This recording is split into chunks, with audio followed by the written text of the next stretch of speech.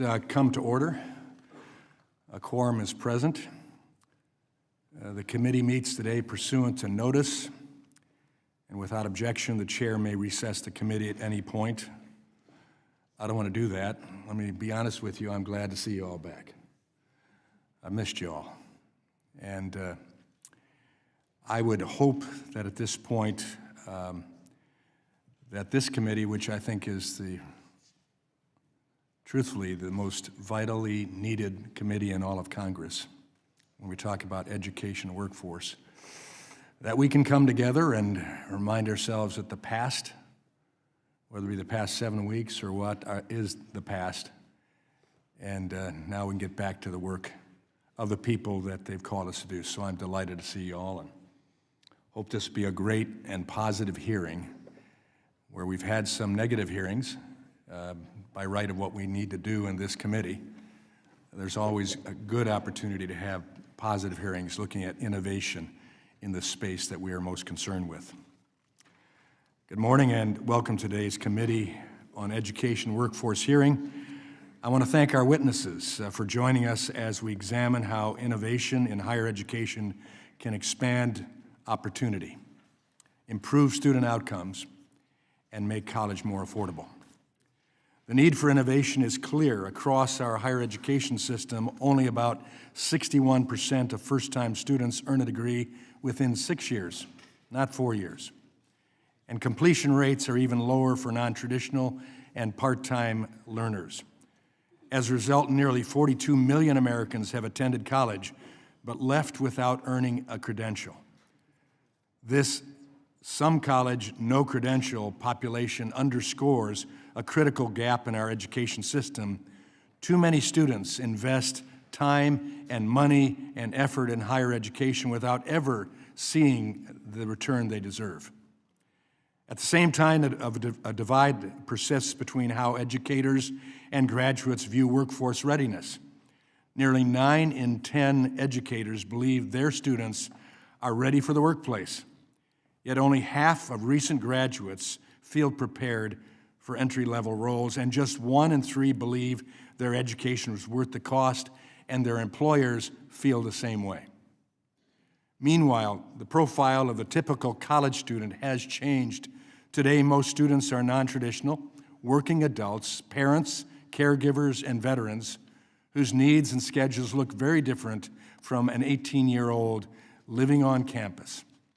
College also faced demographic and economic challenges.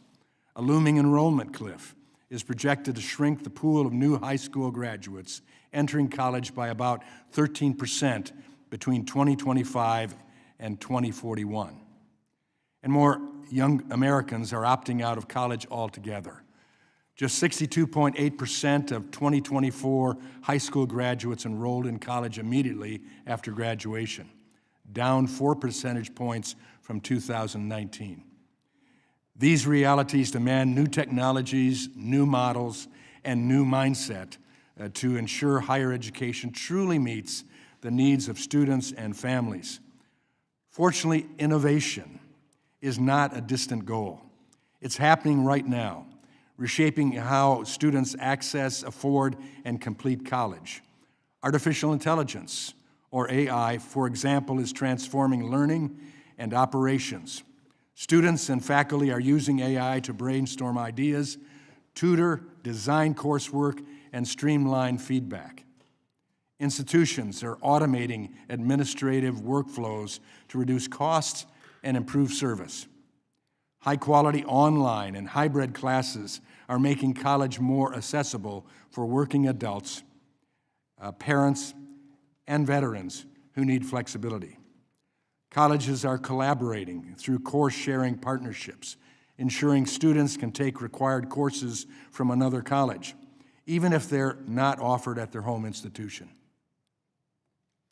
Partnerships between colleges and job creators are also driving innovation, ensuring programs align with workforce needs and preparing students for the jobs of tomorrow and today.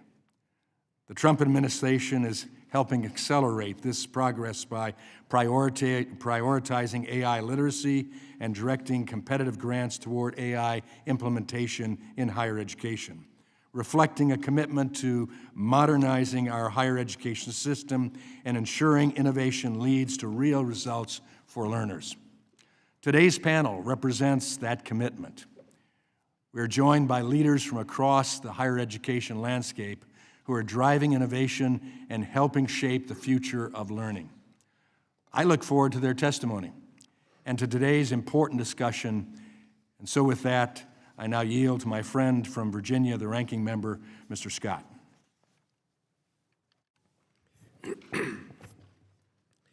Thank you, Mr. Chairman. Welcome back. Good to see you. It's been quite a while since we've seen Republicans in town. Democrats came back a couple of times just to see if we could entice you back. I was back and I saw you here. Okay, well, it was good to see you then, but it's good to be back and back at work. Now, innovation in higher education is crucial if we want to ensure that all Americans can access and graduate from college. Practices such as offering flexible learning options, leveraging digital tools, providing student services, and financial support can improve students' college experience and completion. But not all innovations make a difference. Some even come at the expense of student outcomes or equity, and our core responsibility as federal policymakers is to make sure that every student can succeed regardless of background. Unfortunately, the Trump administration and my Republican colleagues are intent upon undoing the progress we've made. That so-called big ugly law is a prime example. It eliminates grad plus loans, pushes students into predatory private loan market, makes it easier for predatory for-profit colleges to defraud students. Cutting these programs without offering an alternative solution to address the rising cost of college will adversely affect low-income borrowers and those who have less access to capital. This isn't just a policy mistake, it's a moral failure that threatens the futures of aspiring doctors, nurses, and researchers. In fact, the limitations on Pell and student loan in that big ugly bill make it impossible for students who can attend medical school today to attend medical school under the new rules if they can't come up with about $50,000 to complete their education. And it doesn't stop there. We've seen the Trump administration circumvent Congress and dismantle the Department of Education, including hollowing out the Institute of Education Services. Now, we know that without IES, we are robbed of essential evidence and research that helps inform good policy making. Without this institution, we lose the capacity to measure whether our investments in education are working, whether students are succeeding, or whether we're simply throwing money into programs that aren't making a difference. And the result, we lose the ability to hold publicly funded schools and colleges accountable. We can't even properly track student outcomes, let alone identify and fix what's broken. Moreover, we've proven that innovation in higher education can work when we focus on evidence-based best practices. Federal initiatives such as the Post-Secondary Student Success Grant, PSSG, are perfect examples of how we can help states and institutions innovate and implement programs with proven track records of improving students' success. These grants are designed to help students not only gain access to academic support, such as tutoring and advising, but also help students graduate on time. And regrettably, the Trump administration has already made clear that it has no plan to fund these programs. Despite congressional Republicans and Trump administration's intent to take us backwards, the world around us continues to move forward. For better or worse, the new technology and artificial intelligence are in our workplaces and our classrooms. Our challenge now must be to understand how we can best leverage innovations without sacrificing student outcomes. We cannot allow innovation to intentionally or unintentionally leave certain students behind. True innovation can only be achieved if we prioritize addressing disparities in student outcomes and following the evidence and research. We are responsible for ensuring that all students, no matter their wealth or background, can attend college and achieve their dreams. This future must continue. This is a future that we must continue to build, not one where access to opportunity is restricted, but a future where we can push forward, expand access, and lift every student. Thank you, Mr. Chairman. I yield back. I thank the gentleman. Pursuant to Committee Rule 8C, all members who wish to insert written statements in the record may do so by submitting them to the committee clerk electronically in Microsoft Word format by 5 p.m. Today, 14 days or 14 days after this hearing. And without objection, the hearing record will remain open for 14 days to allow such statements and other extraneous material noted during the hearing to be submitted for the official hearing record. I'll now turn to what I've looked forward to and giving introduction to our 4 witnesses on the panel today. Welcome, and we appreciate you being here. Our first witness is Dr. Jeffrey Docking, the president of Adrian College from Adrian, Michigan, my home area, and sweatshirts that my 3 little granddaughters are wearing now of Adrian College. I look forward to your testimony, Dr. Docking. Our second witness is Dr. Colin Napier, the director of the Mississippi Artificial Intelligence Network from Gulfport, Mississippi. Welcome. Our third witness is Dr. Will Del Pilar, the senior vice president for higher education at Ed Trust here in Washington, D.C. Welcome. Our last witness is Mr. Tade Oyerinde. I hope I got that right. Close. That's phonics. Phonics help. The chancellor of campusedu.edu from New York City. Welcome. We thank the witnesses for being here today. Pursuant to committee rules, I would ask that you each limit your oral presentation to 3-minute summary of your written statement. The clock will count down from 3 minutes as committee members have many questions for you, and we would like to spend as much time as possible on the questions. Pursuant to Committee Rule 8D, the committee practice, however, we will not cut off your testimony until you reach the 5-minute mark. I would also like to remind the witnesses to be aware of their responsibility to provide accurate information to the committee. And so now I will first recognize Dr. Docking for your testimony. Well, thank you, Chairman Wahlberg, Ranking Member Scott, and members of this important committee. My name is Jeff Docking. I've been the president of Adrian College for the past 20 years. It's a small liberal arts college about 35 miles south of Ann Arbor, Michigan. And I'm happy to talk to you today about one of the most exciting innovations that I've seen during my 37 years in higher education. Approximately 10 years ago, I came to the conclusion that the business model of higher education is terribly broken. College is too expensive, students are taking on too much debt, large increases in federal student aid programs are unlikely, and state-level support is leveling off. In addition to the broken business model, there's a second problem. Colleges need to do a better job of preparing students for the rapidly changing modern economy that we all live in. Society is changing so quickly, especially in the areas of technology, health sciences, and business, that we need to offer new majors that students desperately want and our nation desperately needs. But because it is so expensive to start new majors, it simply doesn't happen. I'm talking about critical majors like cybersecurity, artificial intelligence, data science, neuroscience, even supply chain management. Well, I'm pleased to tell you that I believe we have figured out the solution to solve most of these problems. The solution, which I will explain in greater detail in a minute, relies on colleges working together in a partnership in a way that they've never done so before to bring massive efficiency to our system. This innovative solution is not theoretical. It is happening now on 140 campuses nationwide and serving over 10,000 students annually at traditional colleges. Here's how it works. In 2018, when I realized the business model was broken, I identified inefficiency as the root cause. Colleges are very inefficient, making them very expensive places to run. We need to work together, especially in the areas of teaching and learning, to make them more efficient. And we can do this by leveraging technology that makes it possible for colleges to share classes in a much more cost-effective way. Now, the biggest reason why colleges have not shared classes in the past is because there was never a platform to do so, a platform that colleges could tap into seamlessly to give students great classes from great professors on other campuses, classes that students can take online, either synchronously or asynchronously, and for college credit on their own campus.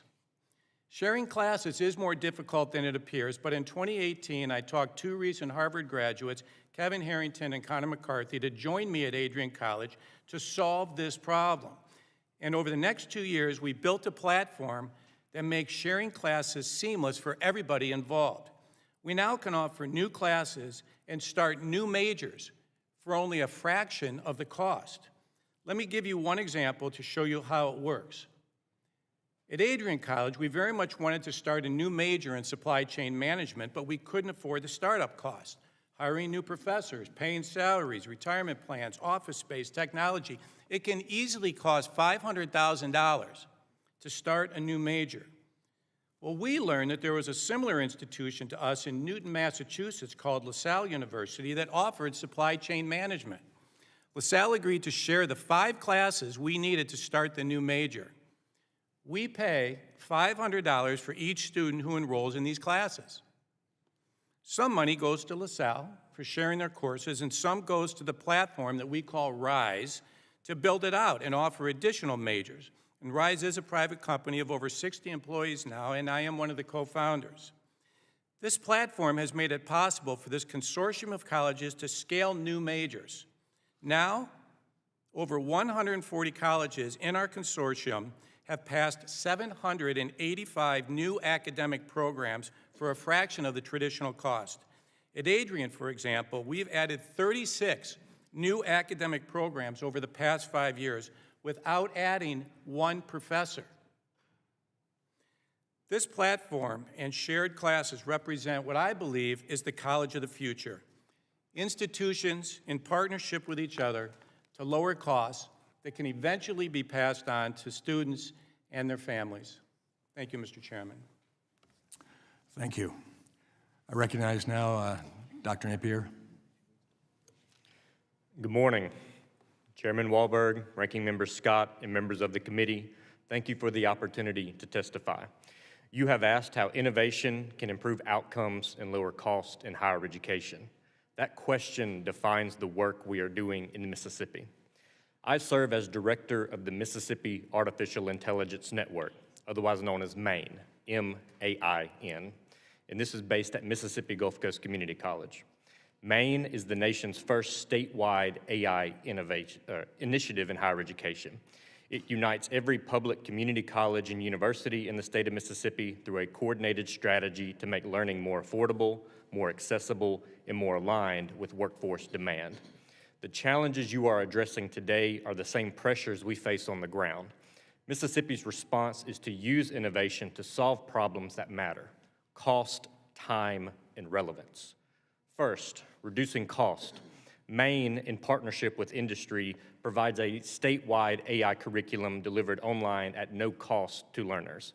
This prevents every institution from duplicating introductory course development and expands access for working adults who cannot enroll on a semester schedule. Shared materials lower per-student costs and return institutional savings to instruction. Second, shortening time. MGCCC and our partners use stackable micro-credentials and self-paced modules that help adults gain skills quickly and apply them towards degrees without starting over. This model is essential as states confront the enrollment cliff and as more learners balance work, parenting, or military service. Third, increasing relevance. MGCCC provides a clear example of how institutions can embed AI, data literacy, cloud computing, and cybersecurity across general education and career programs to keep learning aligned with modern industry practice. Students in fields such as advanced manufacturing, healthcare, and logistics gain experience with the tools used in real workplaces. The goal is not to replace faculty or technicians with AI, but to ensure that welders can read sensor data, nurses can use clinical decision support, and logistics professionals can detect anomalies earlier. AI augments human work. Technology enables these shifts. Responsible use of AI can support early alerts, streamline degree audits and scheduling, reduce textbook cost, and help colleges identify where credit lost, ghost enrollment, or administrative friction undermine student progress. When governed well, these tools strengthen completion and reduce waste. The lesson from Mississippi's work is simple. Coordinated innovation lowers duplication, expands options for working learners, and strengthens alignment between education and employment. We are not claiming to have solved the challenges facing higher education. We are showing that when systems align around affordability, access, and outcomes, innovation becomes practical, measurable, and repeatable. These principles are relevant far beyond our state. Thank you for the opportunity to share Mississippi's experience. I look forward to your questions. Thank you very much. Now, Dr. Del Pilar. Thank you. Chairman Walberg, Ranking Member Scott, and members of the committee, thank you for the opportunity to speak with you today. For millions of students, the future of higher education isn't an abstract debate. It's about whether college remains a gateway to opportunity or becomes another barrier to making their dreams a reality. My name is Will Del Pilar, where I serve as Senior Vice President at EdTrust. Our mission is simple and urgent: to close opportunity gaps and advance racial and economic justice in education. Education is a civil right, one that too many students are still denied. We're here to talk about innovation, but innovation alone cannot fix a system where students face rising prices, shrinking supports, and pathways that are difficult to navigate. Nearly 90% of Pell students still face unmet financial need. Black, Latino, and low-income students continue to experience gaps in affordability and completion. Today's students are older, working, parenting, and navigating institutions that were not designed to support their success. The 43 million Americans who started college but never finished are not failures. They're a reflection of a higher education system where affordability and access are roadblocks. Innovation matters, but it can't replace investment. What changes students' lives is evidence-based supports paired with resources to deliver it, and we know it works. Programs like CUNY ASAP nearly double graduation rates. Georgia State is boosting retention through early alerts, advising, and small emergency grants that keep students enrolled. Institutional partners also help students complete degrees and earn higher wages. States are expanding dual enrollment, early college, high school, FAFSA is a high school graduation requirement, direct admissions, and community college baccalaureate programs, creating pathways to post-secondary programs that lead to economic mobility. Right now, those pathways are in danger. The administration's move to dismantle research capacity at IES, undermine the Department of Education, threaten Pell, and impose controls on universities undercuts the very innovation we claim to value. And their choice to defund the Post-Secondary Student Success Grant, also known as PSSG, and other programs supported by the Fund for the Improvement of Post-Secondary Education, or FIPSE, is especially devastating. FIPSE supports several different programs, including PSSG, that help students stay enrolled, meet basic needs, afford textbooks, and access the guidance that keeps them on track. For low-income students, parents, first-generation students, and veterans, this support is often the difference between earning a degree or joining the 43 million non-completers. Congress has already recognized the power of this work by funding PSSG across administrations with bipartisan support. We urge you to fully fund PSSG and all the FIPSE programs in any upcoming appropriations agreement. Our economy cannot afford millions more who start college hoping for a better life, only to be pushed out by obstacles we have the tools and the responsibility to remove. We cannot ask students to innovate their way out of underinvestment. We cannot demand modern solutions while stripping away data, staff, civil rights protection, and the basic supports that make student success possible. Students are doing everything we ask of them and more. They are working, parenting, and still pushing towards degrees that can change the trajectory of their family for generations. The question is not whether they are ready for innovation, they are. The question is whether we will match their determination with the investment they deserve. To build a stronger workforce, a more competitive economy, and more equitable democracy, we must invest in what works. Restoring PSSG, protecting federal education infrastructure, and scaling evidence-based student success strategies like those detailed in my written testimony. EdTrust stands ready to defend students' right to learn today because that dedication drives America's growth tomorrow. Thank you, and I look forward to your questions. Thank you. Now I recognize Mr. Oyerinde for your testimony. Thank you. Chairman Wahlberg, Ranking Member Scott, and members of the committee, thank you for inviting me here today. My name is Tade Oyerinde. I'm the founder and chancellor at Campus, a two-year college reimagining the future of post-high school education in America. At its best, American higher education is second to none on this planet, a system built to cultivate the talents of our young people and prepare them to lead productive and awesome lives. And when it's functioning properly, it delivers great results for society. We know, for example, that on average, young people who complete a bachelor's degree will out-earn folks with just a high school diploma by more than $1 million over the course of their careers.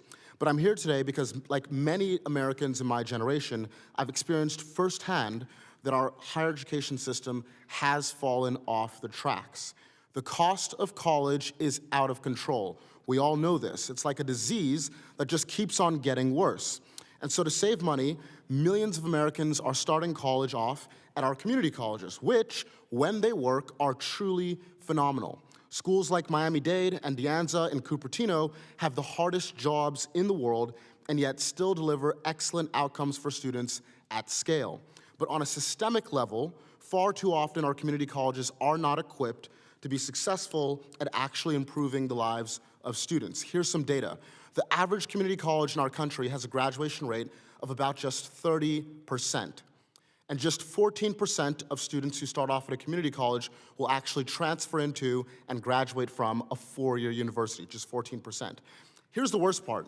Each year, approximately 260,000 students drop out of our community colleges holding a collective $1.5 billion in student loan debt, $5,700 each, and no degree. They have no increased earning potential and are now in debt. They're worse off than if they'd never gone to college in the first place. This is a crisis for our country. We've turned millions in my generation into unemployable debtors who started off adulthood with a negative net worth. They can't afford to buy a home, they feel they can't afford to have kids or take any risks like starting a business. And now there's an entire generation after us increasingly opting out of post-high school education altogether, asking themselves, why should I even try when a good education is so out of reach and AI is about to take all the jobs anyway? And so, in an attempt to be part of the solution, several years ago, my team and I acquired a two-year college to build out a new model, one where students don't have to choose between quality and accessibility. Today, more than 3,000 campus students are pursuing degrees in fields like applied AI and modern business administration. They're taking classes taught by a network of professors who simultaneously teach at our country's top universities like UT Austin and Stanford. Our classes are delivered live online, accessible but also highly engaging. Each of our students is paired with a success coach whose sole job is to make sure that they graduate. Students receive a bunch of additional things needed for success: a laptop, a Wi-Fi dongle so they can attend class from anywhere, free mental health counseling, free math and writing tutoring. And the best part is we've managed to figure out how to deliver all of this while keeping tuition priced below max Pell, meaning low-income students pay nothing out of pocket, and middle-income students can cover annual tuition with just a summer job at the mall or the movie theater down the street. While it's still early, our model's results speak for themselves.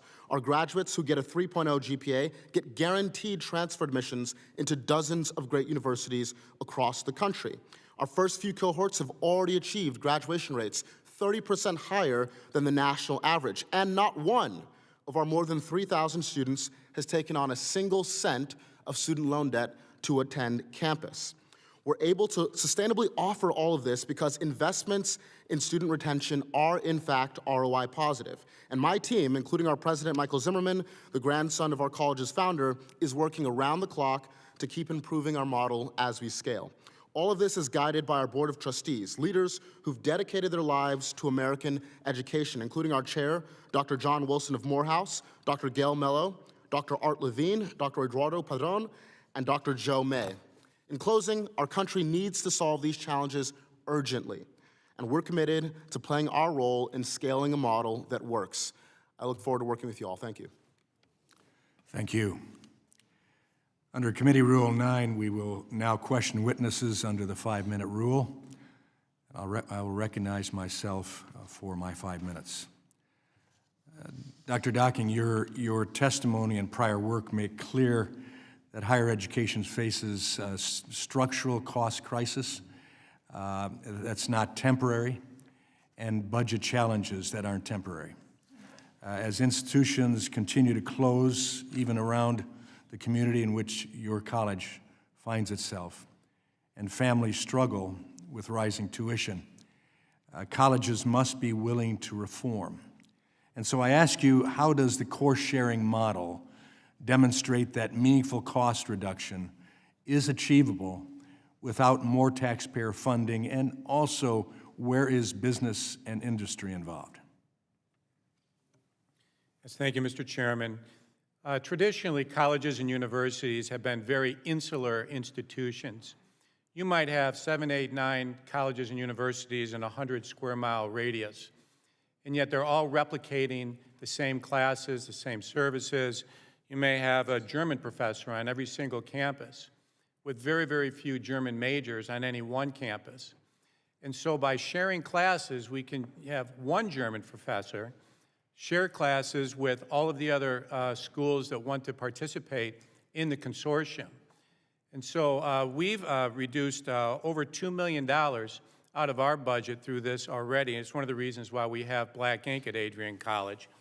The first semester that we offered shared courses, and I can talk more about why students like these so much later, but we had about 30 students taking these courses.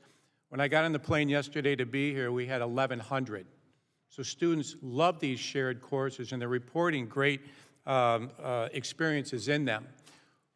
To the second part of your question, one of the reasons why they love these courses so much is that we work very closely with industry to put these courses together. Google, for example, was a very early adopter of what we were trying to do and have been incredibly supportive. And Google has said to us, look, things are changing, monthly, let alone yearly. Would you give us the opportunity to review the curriculum each year to make sure that students are learning what they need to know to get off the commencement stage and actually make a difference immediately? And so we, of course, said yes, and both the curriculum that's put together for the students and the review that takes place at the end of each year has been amazing. And so I'd lastly say that each class ends with a capstone.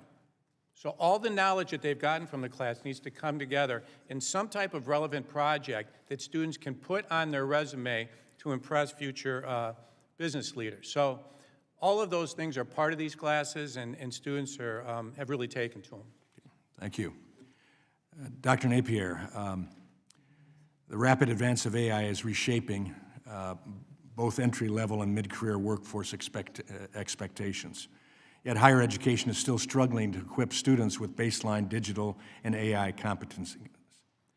From your perspective, what foundational AI and digital fluency competencies should all students, regardless of major, master before graduation? Thank you, Mr. Chairman. So out of the gate, from a foundational standpoint, students should know how to have practical usage of AI, for example, analyzing data with it. Now, part of that is AI is rapidly changing. It's what we call a moving target. That priority of what they need to know is going to change and shift over time. So it provides back to industry alignment there and ensuring the curriculum is up to date with the latest practices. But in terms of competencies, it's pretty much the basics, understanding what it is and how to use it, and how to use it in a practical, real-world manner. Yeah, thank you.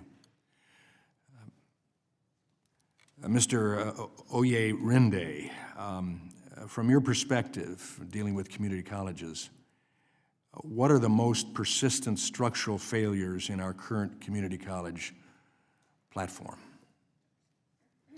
Well, it's really about the students that our community colleges are serving. They're serving, I think, in many cases, the most challenging students to serve. They're doing the Lord's work. And those students need more support than most community colleges are currently equipped to be able to provide. As Dr. Will Del Pilar said, CUNY ASAP has already demonstrated a lot of what works. You provide students with coaches. At campus, every student, for every 50 students we enroll, we have a coach. This coach is there providing the kind of work my parents did when, they're kicking my butt when I start slacking, and they're a shoulder to lean on when things get tough. And that's what we provide to every student. And quite frankly, that's what's needed if you're serious about getting graduation rates up. Well, because many of these students don't have parents who went to college or university like mine did. We hear from students all the time, their dad's actually discouraging them from remaining enrolled and saying, go get a job at Walmart and help me out with the bills. And so what's needed is a lot of students need these wraparound supports. The challenge that community colleges have structurally is that they can't figure out how to economically offer what we already know and the science has already shown works. It is expensive to start off, but what I'm here to say today is that ROI from these investments is positive. And if you can get that, that ball rolling, it pays for itself. Okay, thank you. It builds on itself. My time has expired. I now recognize my friend from Virginia, the ranking member, Mr. Scott. Thank you, Mr. Chairman. Dr. Docking, excuse me. Can you tell me the value of a liberal arts degree, even if it can't be monetized immediately in the job market? Yes, Congressman Scott, the value of a liberal arts degree is that we teach students not necessarily what to think, but how to think, to be lifelong learners, to look at what's presented to them every day in terms of the experiences they have and the people they meet, what they're trying to accomplish professionally and otherwise, and to learn from those experiences. The liberal arts exposes students to several disciplines during their undergraduate years, so they're comfortable in everything from math to history to English, speaking, writing, and so it creates a well-rounded person that's committed to lifelong learning. And during the life, is it more valuable as a technical education where you learn a skill and can monetize it immediately? It is, Mr. Scott. If you look 20 years out to liberal arts majors, they're doing just as well as schools in more technical fields. Certainly, right out of college, if you get a degree in a pre-professional program like engineering, you might make more in the first few years, but liberal arts majors quickly catch up because of this emphasis on lifelong learning. Thank you. Dr. Del Piar, can you tell me the effect that financial support has on a student's likelihood of completion? We know from the research that students oftentimes leave college because of small life events that move them off of the pathway. So for example, I was visiting a community college in Tennessee where students, the average emergency grant that a student received was $80. And that was the difference oftentimes between students being able to stay enrolled or students having to leave. So programs like the Higher Education Emergency Relief Fund that Congress invested in years ago make a huge difference. We've done some research looking at programs in Texas. And during that time, the institutions with the most Pell students actually had higher than average retention rates because of those emergency grants that provide students with the resources just in time at the point where they needed them or where they were experiencing oftentimes a life challenge that may put them off track. And what kind of emergencies cost $80? Pop tire, you can't pay your electric bill, just the basic things that oftentimes students may be facing. If you're full-time enrolled and you're working full-time, a significant number of students are working full-time, those small life events can lead you off track. Thank you. And Dr. Napier, we passed legislation that enabled the Pell program to fund short-term programs. How would that fit into your micro-stackable courses? So it has to do, again, with workforce alignment there. What is the return on investment for these programs given the way that they are positioned? Is that manufacturing, is it cybersecurity, agriculture, so on and so forth. So when we talk about embedding AI into all of these things, what is that immediate impact in the field? Do we know it right now? Will we see it over time? And so, as we go to launch new short-term programs or adapt those that are currently existing, we just take a look at the critical need, not only in the nation, but more importantly in the state of Mississippi, to ensure our learners, both the traditional and non-traditional, have a pathway to employment. Thank you. Mr. Oyerinde, you mentioned positive return on investment when you invest in students. Can you explain that a little bit? Yeah, it's really straightforward. So imagine you have a cycle.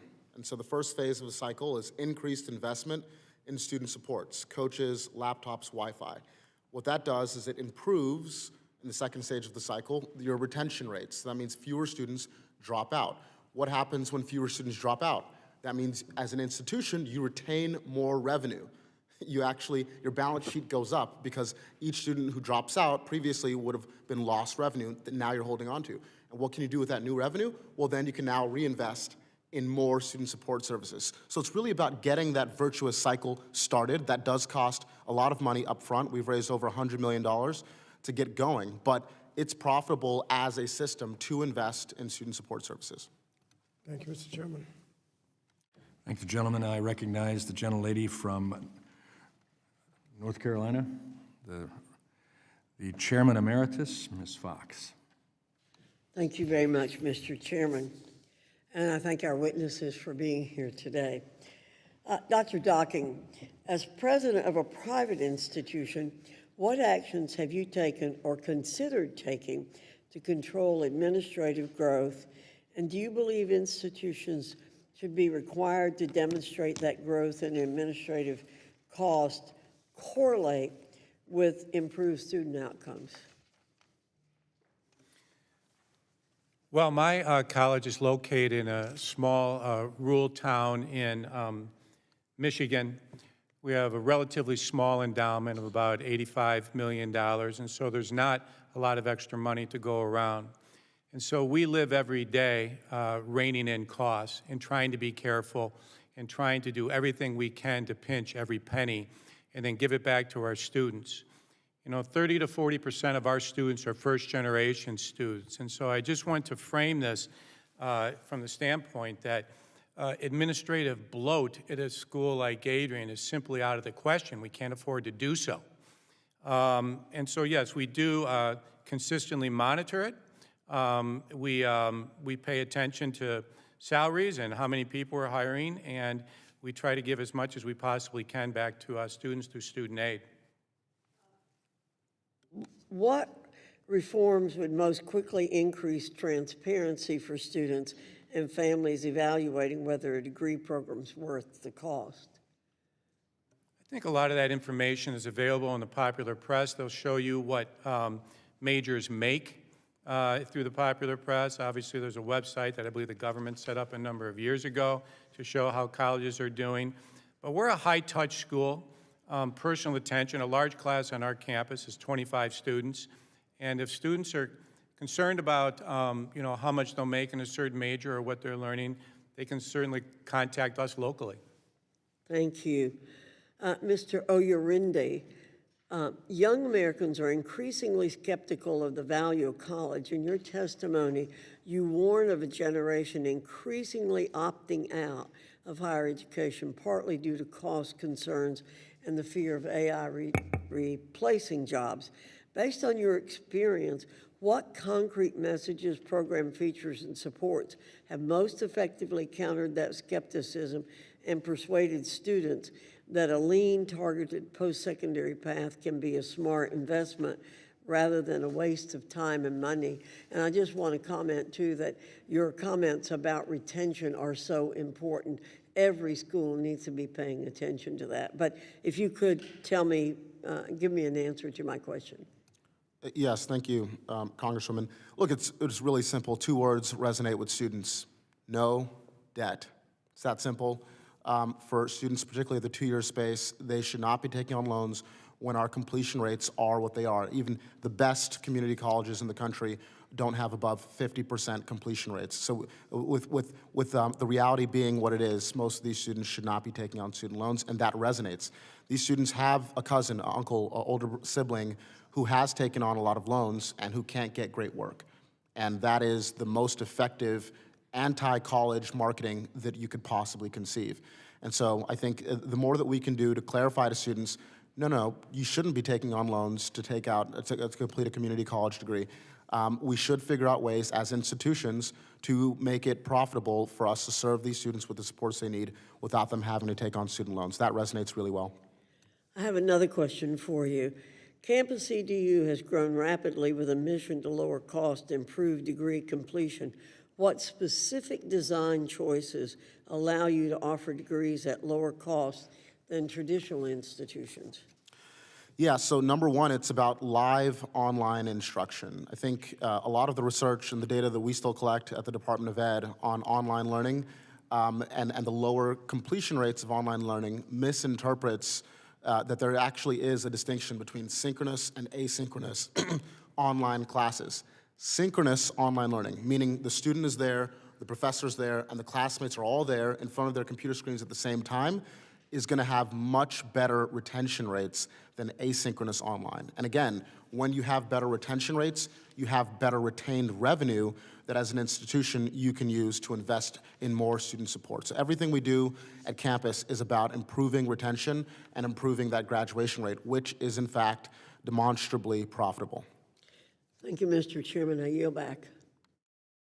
I thank the gentlelady. Now I recognize the gentlelady from Oregon, Ms. Bonamici. Thank you very much, Mr. Chairman, and thank you to the witnesses. I agree the cost of post-secondary education today is unacceptable, and we must do more.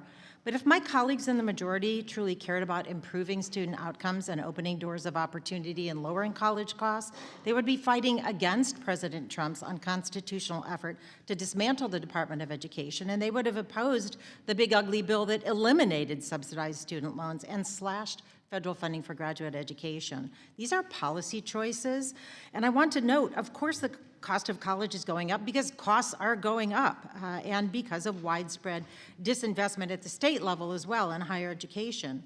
We should be opening the door to higher education by investing in grants, investing in debt-free higher education, or at the very least interest-free loans, in work study, but not by opening the door to for-profit groups with a dubious record of success. And I want to start with Dr. DePilar. We already have several programs that improve student outcomes. The high school equivalency program, you mentioned the emergency program, loan program, the college assistant migrant program, TRIO, and Gear Up. But unfortunately, the Trump administration and House Republicans proposed cutting rather than investing in those programs. So how important are programs like TRIO and Gear Up, especially for marginalized first-generation college students, and why is funding these programs important?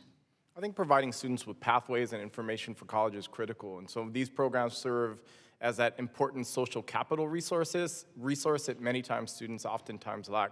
There's really good research, it's called the Wisconsin Status Attainment Model, that shows that students who actually have one person in their life who is telling them about post-secondary education, that is investing time in them, actually have higher academic and occupational outcomes than those students who don't have that.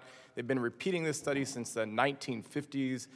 In rural towns, they've done it in urban areas, and they've done it in other areas, and it's called significant others influence. These It really makes a programs difference. I don't want to interrupt you, but I have yes. another question I want to move on to. They serve as that critical connection point for students. Absolutely. And Dr. DePilar, 2024, the Digital Education Council survey showed that institutes of higher education are facing these simultaneous challenges. Students are turning to AI tools without a strong foundation in digital or critical literacy, and faculty have limited support on how to integrate and supervise AI. So according to a survey, 86% of students are using AI, but 1 in 2 of them don't feel equipped with the digital skills they need to move into the workforce. And the council's faculty survey this year found that only 6% of faculty feel that their institution provides sufficient AI literacy development resources. So what do we need to adapt to this? Are there examples of someone or some place where they're doing this well? I mean, I think colleges are still really struggling with how to integrate AI into their curricular model, into teaching and learning. And so I would say that institutions are still grappling with how to deal with AI and deal with it. I think my colleague from Mississippi may provide some other examples, but I think colleges are still struggling with the practical application of AI in the classroom in a curricular setting. Thank you, and no doubt this is a conversation about innovation. We need to talk about that more. Dr. Docking, I grew up in Michigan, so I know Albion, know it well.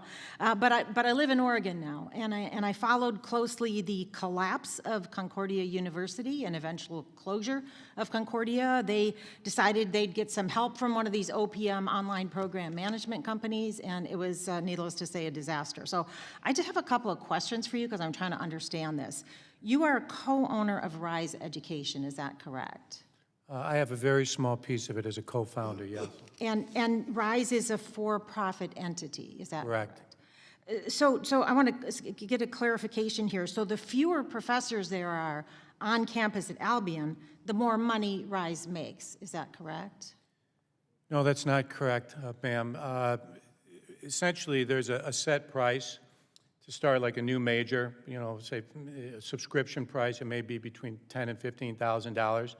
And then you pay a per pupil, fee that some of it goes to the platform and then some of it goes to the teaching institution. The idea is to lower costs dramatically on the front end, and then colleges can do what they want with that. So it's not that the fewer professors you have, the more it is for Rise. It's not at all that model. But it is a for-profit entity, and you do have fewer professors on campus. And Mr. Chair, as I yield back, I just want to say it's disheartening that colleges have to turn to for-profit entities to keep their doors open.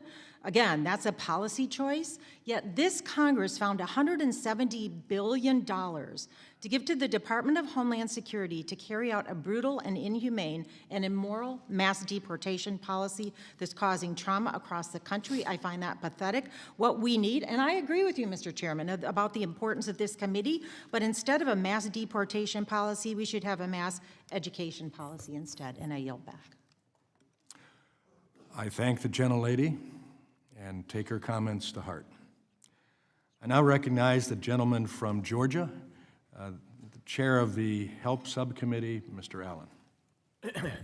Thank you, Chairman Wahlberg, for holding this important hearing, and I want to thank our witnesses for your expert testimonies this morning addressing higher education, the status of higher education, and as we have discussed, we've got problems there.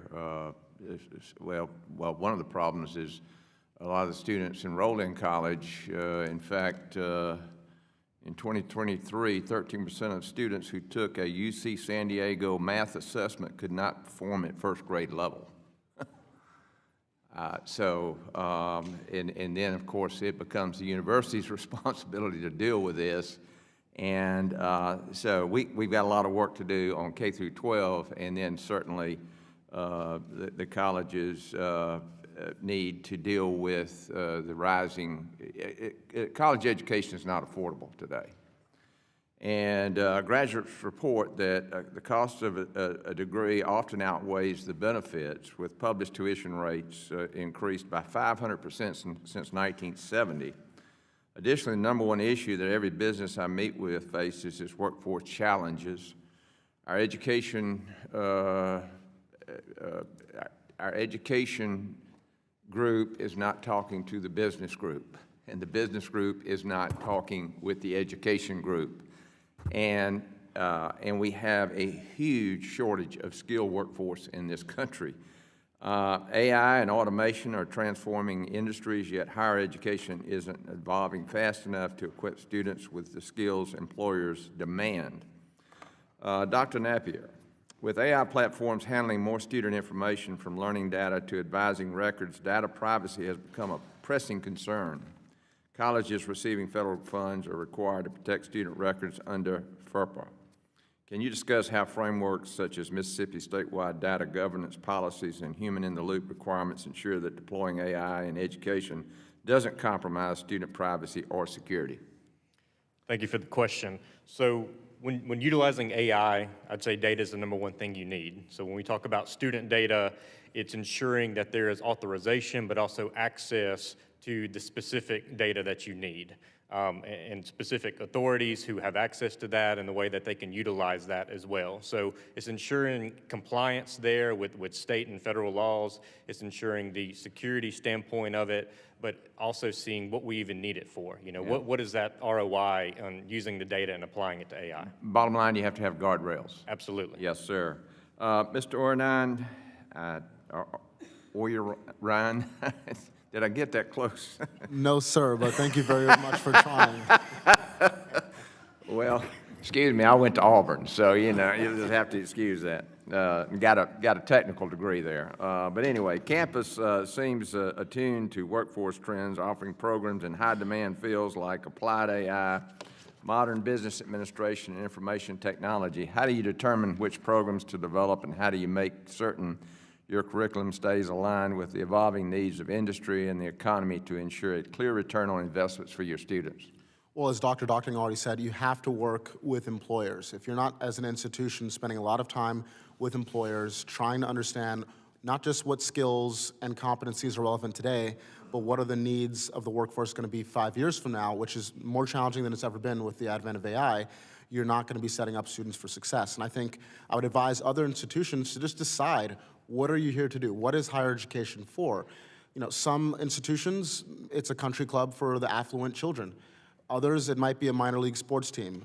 Our two-year colleges, for sure, need to be preparing students for career and workforce readiness. And that's what we've decided to do, and the way you do that is by interfacing with employers closely.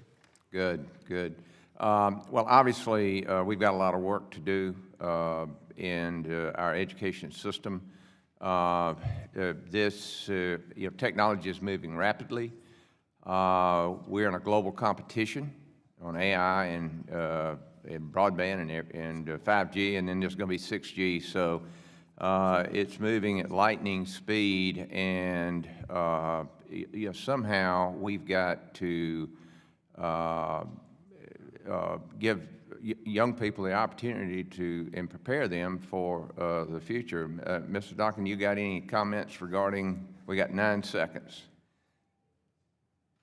I just want to affirm everything that you just said. We've got a long way to go. What I want you and the other members of this committee to know, though, is that from the college side, I do believe we're working together much more closely than ever before to bring down the cost for students, as indicated by this consortium. Great. That's good news. Mr. Chairman, I yield back.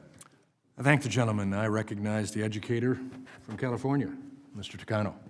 Thank you, Mr. Chairman. Mr. Del Pilar, I want to focus in on dual enrollment and early college.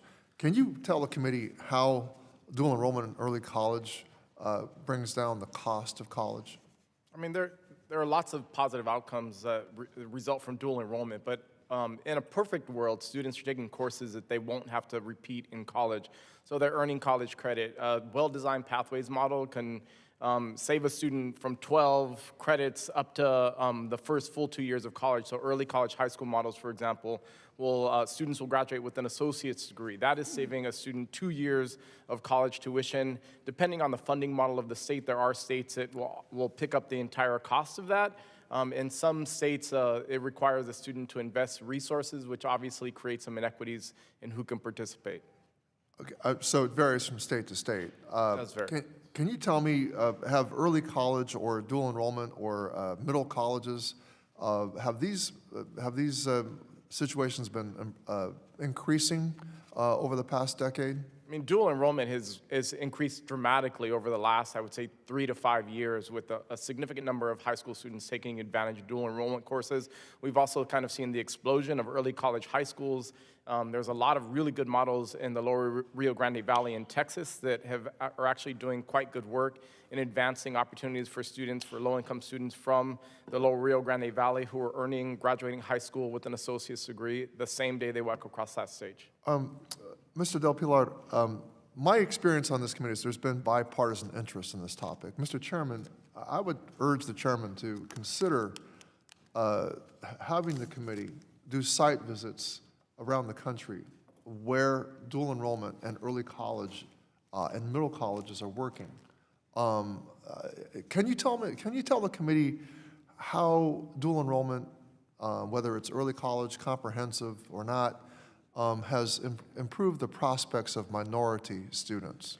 The research on dual enrollment is quite promising. When we look at the results of dual enrollment, students, it increases high school graduation rate, it increases college enrollment, it increases the likelihood of degree completion, there's shorter average time to earn a credential. We know that low-income students who participate have higher levels of degree attainment than their peers who do not. And so we know that it has a lot of positive outcomes for those students who may not see themselves as college student, but with success in one dual enrollment course, they're more likely to go on and earn a post-secondary credential.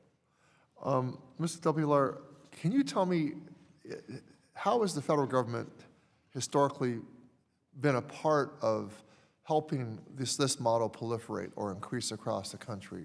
Has the Department of Education been helpful in that regard? Historically, the department, several years ago, they ran a pilot which allowed students to use some Pell access, an experimental program that allowed students to use Pell access for dual enrollment.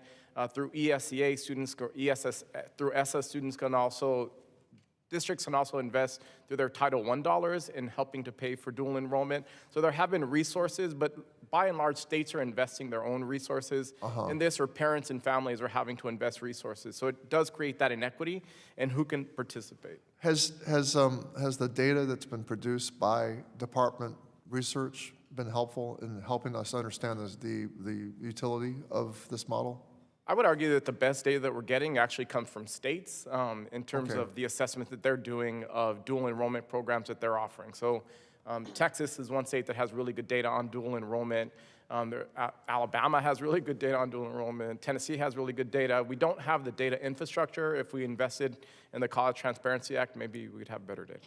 Mr. Oyurinde, I'm curious about your two-year model. Have you looked at or considered getting on this dual enrollment bandwagon and working with the public schools to partner as many community colleges do? I applaud that low-income students don't pay anything under your model. I'm thinking this could be very exciting if you were to partner with our K-12 schools or the high schools in helping students avoid 2 years of college costs by doing some sort of early college model. Sounds like you've been eavesdropping in some of our meeting rooms, but yes, that's exactly the plan. I think the best way to market and get the word out about college not being inaccessible, not being low quality, not being high debt, is to give students a little taste, and we're doing that next year in a big way. My time is up. I would love to know your student to teacher ratio and how you achieve, how that works, but I yield back, Mr. Chairman. I thank the gentleman and answer your question. If you notice, this week is going to be a rather full week for this committee, trying to catch up with some things and do it in such a way that it'll give us opportunities for things like you're talking about and seeing what's actually going out in the marketplace of education and ideas. So I take your recommendation to heart. I now recognize the gentleman from South Carolina, Mr. Wilson.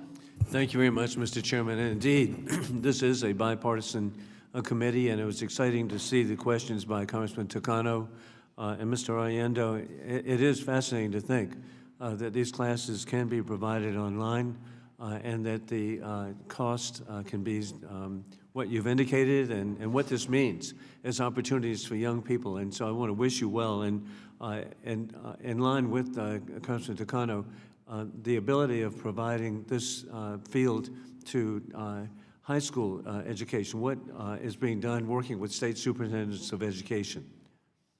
Yeah, so we're just getting geared up to launch big initiatives next year in the dual enrollment and early college space. As has already been discussed, it's really important to get students there. What we did first was we focused on partnering with four-year universities. So students who come to campus get guaranteed admission into Arizona State University, Morehouse in Atlanta, Butler University in Indiana, and many other great schools. Now that we have those guaranteed admissions pathways, we're beginning to partner with high schools to do dual enrollment at no cost to students. That's terrific. And Dr. Napier, I want you to know your last name is highly respected in South Carolina, one of our former colleagues. Congressman John Napier. So I want to wish you well, and I'm really grateful for the leadership of President Donald Trump with his executive order concerning artificial intelligence to advance AI education. And I think it's more important today than ever because we've seen examples of AI-generated Facebook videos. We've seen the James Earl Jones this week, where his voice was fabricated in impersonation. The Dolly Parton this week was identified with selling pharmaceuticals and maybe not. And then, of course, we've seen splicing, as we saw sadly with the BBC of President Trump's speeches, and just inconceivable what can be done. And then you can have candidates being mocked with fake dancing routines by AI. What recommendation do you have for the identification of AI-generated? What should be done, and what laws are there that there be identification prior to publication and/or printing or distribution? Are there any requirements now? So thank you for the question. And right now, there's a lot of growing pains that are happening, especially with what we consider generative AI, the ChatGPT, the Gemini, the tools we're hearing more of today. Those are still, in my opinion, in their infancy. So we're learning the good, the bad, the ugly that comes to play. But we're seeing the companies behind these tools become more innovative and find ways to identify generated imagery or videos or audio to better identify on social media platforms or just for the public view.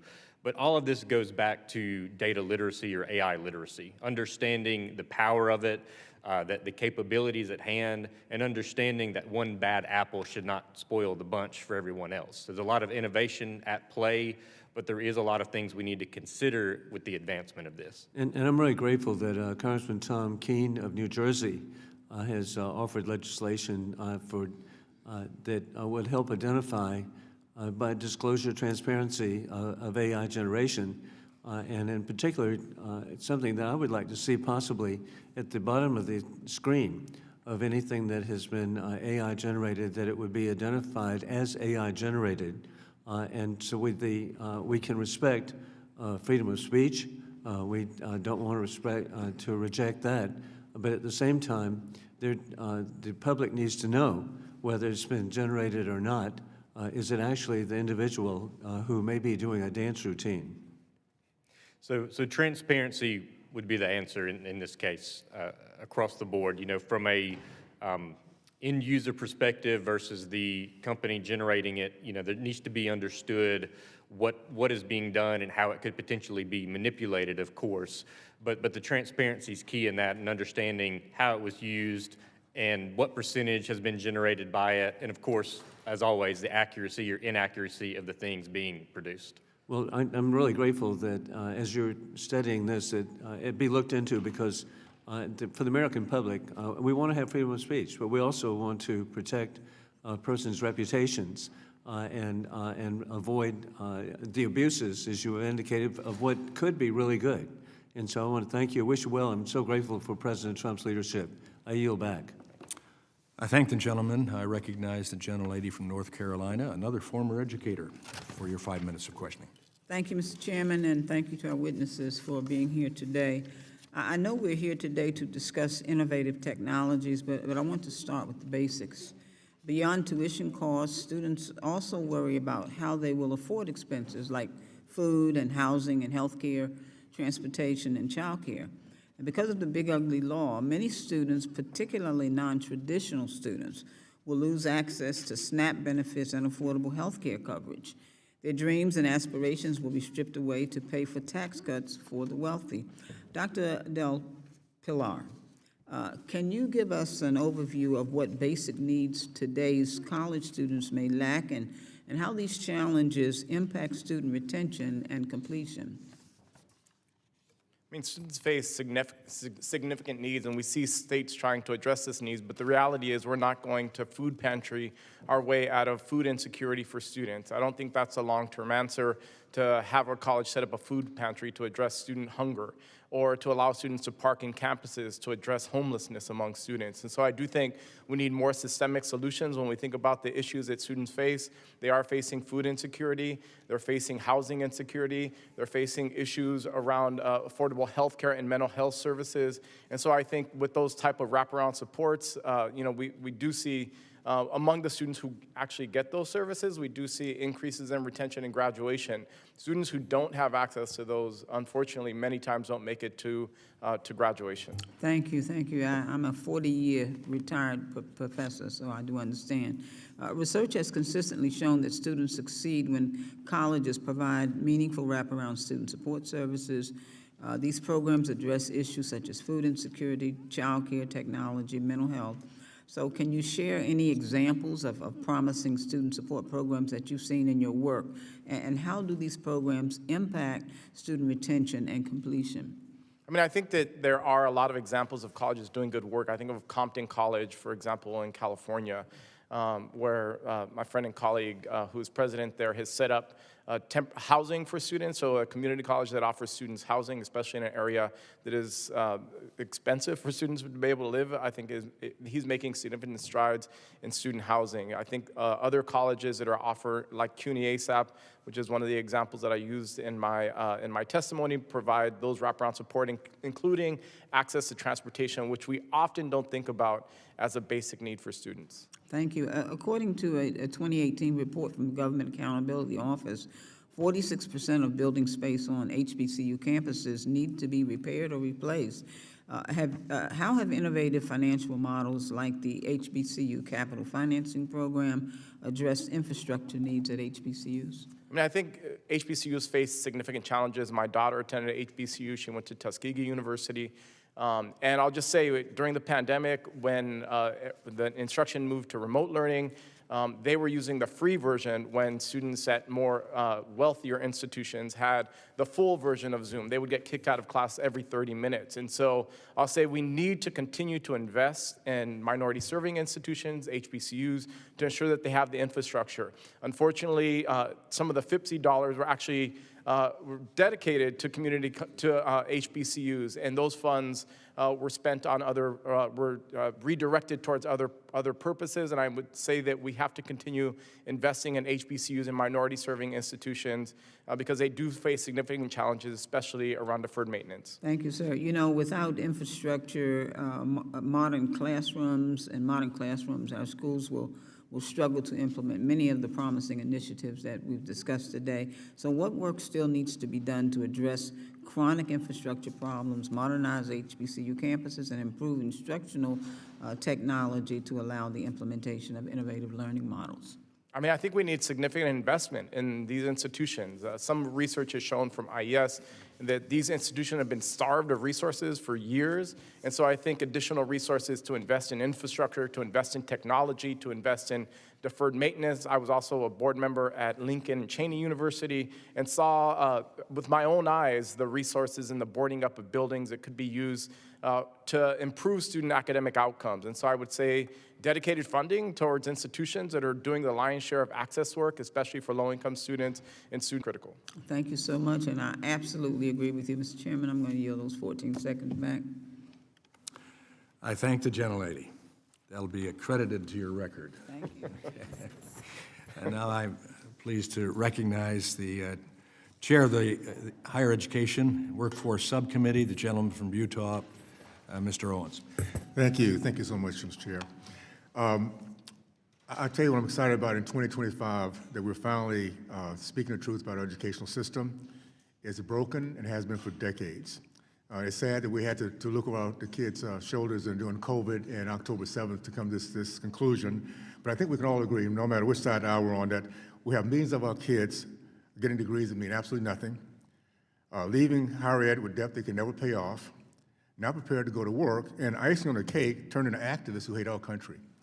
So I want to thank Chairman Walberg, first of all, for the pace of correcting this ship. I was reminded by my team yesterday that this week, coming off the shutdown, Education Workforce will be the most active with hearings than any other committee. Over the last year, it's passed more legislation than any of the last 20-plus years. There's something I learned years ago about you cannot control the school board, but you can control the hustle. This committee is hustling. I appreciate that. I also want to thank the panelists. Your gift and your vision of innovation is invaluable to our country. The fact you put our kids first instead of institution makes our institution even better. So I want to thank you for that. We're leaning in hard for your innovation. We need to get this thing done and done correctly. So that being said, Dr. Docking, you mentioned your RISE platform, and very briefly, you made this point, it leverages technology in ways never used before, remaking the business model of our higher education. What can be done, is this model, can it be replicated and adopted throughout our country? It will be, Mr. Owens, and I'd be surprised if 10 years from now, just about every school in the country isn't sharing classes in some form or fashion. You know, the beauty of this model is that it really preserves what's best about traditional college education. We didn't want to put together a model where a student had, you know, dinner with their parents and then just went up into their bedroom to take a class or two from their home. We love that uniquely American experience of going away to college and building a loft, and mom and dad have tears at the door, and you're meeting new friends and going to class and, you know, participating in student government and chapel and eating the dine. All of that is wonderful. We want to preserve that, but we have to figure out a way to control costs, and the way to do that is through technology and sharing. And so we feel like, and it's like I said, it's happening on 140 campuses now nationwide, that this working together, this partnership, which is a word that we use a lot, can preserve what's best, but bring an element of technology into it to truly lower costs in a much more effective way. Thank you. I just want to make a point. I'm taking courses now at Hillsdale College in the morning. Would love to have that kind of connection with you guys for sure. That kind of stuff is good. So anyway, Dr. Natler, with the implementation, based on your statewide work, the implementation challenges do you frequently see on the ground, which actually supports have proven most practical in helping colleges' affordability in AI? So I think the challenge still remains making AI important for individual usage, whether that's students or faculty or administration. So if I'm an English instructor, how can I best apply AI to my practice? If I'm, you know, teaching an advanced manufacturing course, again, how can I best apply? And I think as we continue to see more of the adoption in these specific areas and fields, we're going to see building of trust and comfort, and that's going to, in turn, go back to our students in the way that they can engage with it. Because our instructors are trusting. We're doing what we call educate the educator, and turning around and providing that for our students. And the things that are working, of course, is communication amongst the faculty and the students, the administration and the faculty, but more so the employers, the workforce, and them turning around and telling academia what they truly need in this current time. Thank you, thank you. Mr. Oyerinde, I actually had a little bit of a longer question, but I'm running out of time. I just want to ask you real quickly, how old were you when you decided to purchase this two-year college? I think I was 28 or 29. Okay. Can I just ask all of you guys and all those innovators who are listening in, please, let's add to your curriculum capitalism, free market, impact on growing our middle class. We've had so many decades of our system hijacked by anti-capitalist Marxists, and we need to be more non-averse. We need to be more innovative, thinking outside the box. So I want to thank you guys for that, and let's just really get our kids thinking of how can I run my own business, how can I take risks, how can I appreciate the entrepreneur, and how innovation should never come with the word but. Either we do or we die. And I appreciate what you guys are doing. So thank you, and I yield back. I thank the gentleman. I recognize the gentlelady from Georgia, Ms. McBath. Thank you, Mr. Chair. Thank you, Ranking Member Scott, and to our witnesses for being here today. Thank you so much. I don't have any formal questions for you today, but I do have some things I just kind of like to say. I do want to say that Congress and the Trump administration should be doing more to lower costs and improve our students' outcomes, as many of you have just already expressed. However, the actions taken by my Republican colleagues are only increasing costs for students and families and making it more difficult for them to succeed in school and at work. Instead of making financial aid more accessible for students who are raising families or working to put themselves through school, House Republicans voted to exclude part-time students from financial aid programs like Pell. Instead of making it easier for students with disabilities to get around campus and to graduate on time, they have gutted offices and programs at the Department of Education that students rely on, like the Office of Civil Rights and the Institute of Education Sciences, also known as IES. In February, President Trump and Secretary McMahon canceled the Charting My Path for Future Success programs at IES, a study that served over 1,600 disabled students and their families across 62 high schools, including Paulding County and my home state of Georgia. It was year-round and involved frequent small group sessions to ensure that physically disabled juniors and seniors, as well as students with dyslexia, autism, and other disabilities, and their families can meet their goals of transitioning from high school to college or the workplace and succeeding at the same level as their non-disabled peers. Unfortunately, students with disabilities are less likely to graduate college or be gainfully employed after high school. But it doesn't have to be this way. Seeing your child grow up to thrive, that is the goal of every parent. And it takes on another level of significance when your child has a condition that makes getting around or learning more difficult.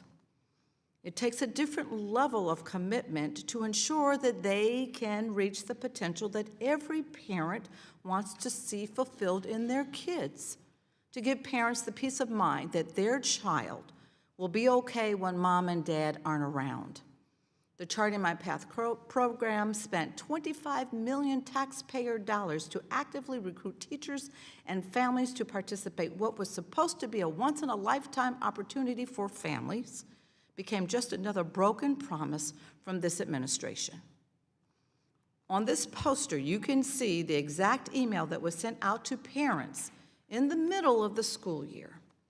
It says, the federal funding provided by the Department of Education for this initiative has been discontinued immediately, and our district can no longer continue the Charting My Path study activities. When I showed this email to the Secretary during her appearance before this committee last year or earlier this year, she couldn't even remember the program. That's how little our students' futures mean to her and to this administration. Making the dream of living independently with a disability a reality, providing the peace of mind that your child really is going to be okay when you're no longer around, those things mean nothing to this secretary and to this president. Let me be very clear. There's nothing innovative about canceling programs in the middle of the school year without any say from parents. There's no innovation in wasting $25 million taxpayer dollars only to let hundreds of families down after you promised to be there for them. Time and time again, this administration and the Republicans in Congress ask the people to listen to what they say, but then ask them to ignore what they do. I look forward to working with any Republican colleague on real solutions, not just talking about them when it's convenient, and then canceling programs that are meant to solve the very problems brought up in these hearings over and over again. And I yield. I thank the gentlelady, and I recognize the gentlelady from Illinois, Ms. Miller. Thank you, Mr. Chairman, for hosting this hearing, and to each of our witnesses for testifying today. And I'm so happy to hear how you're innovating. You're looking for ways and solutions on how to improve our educational system.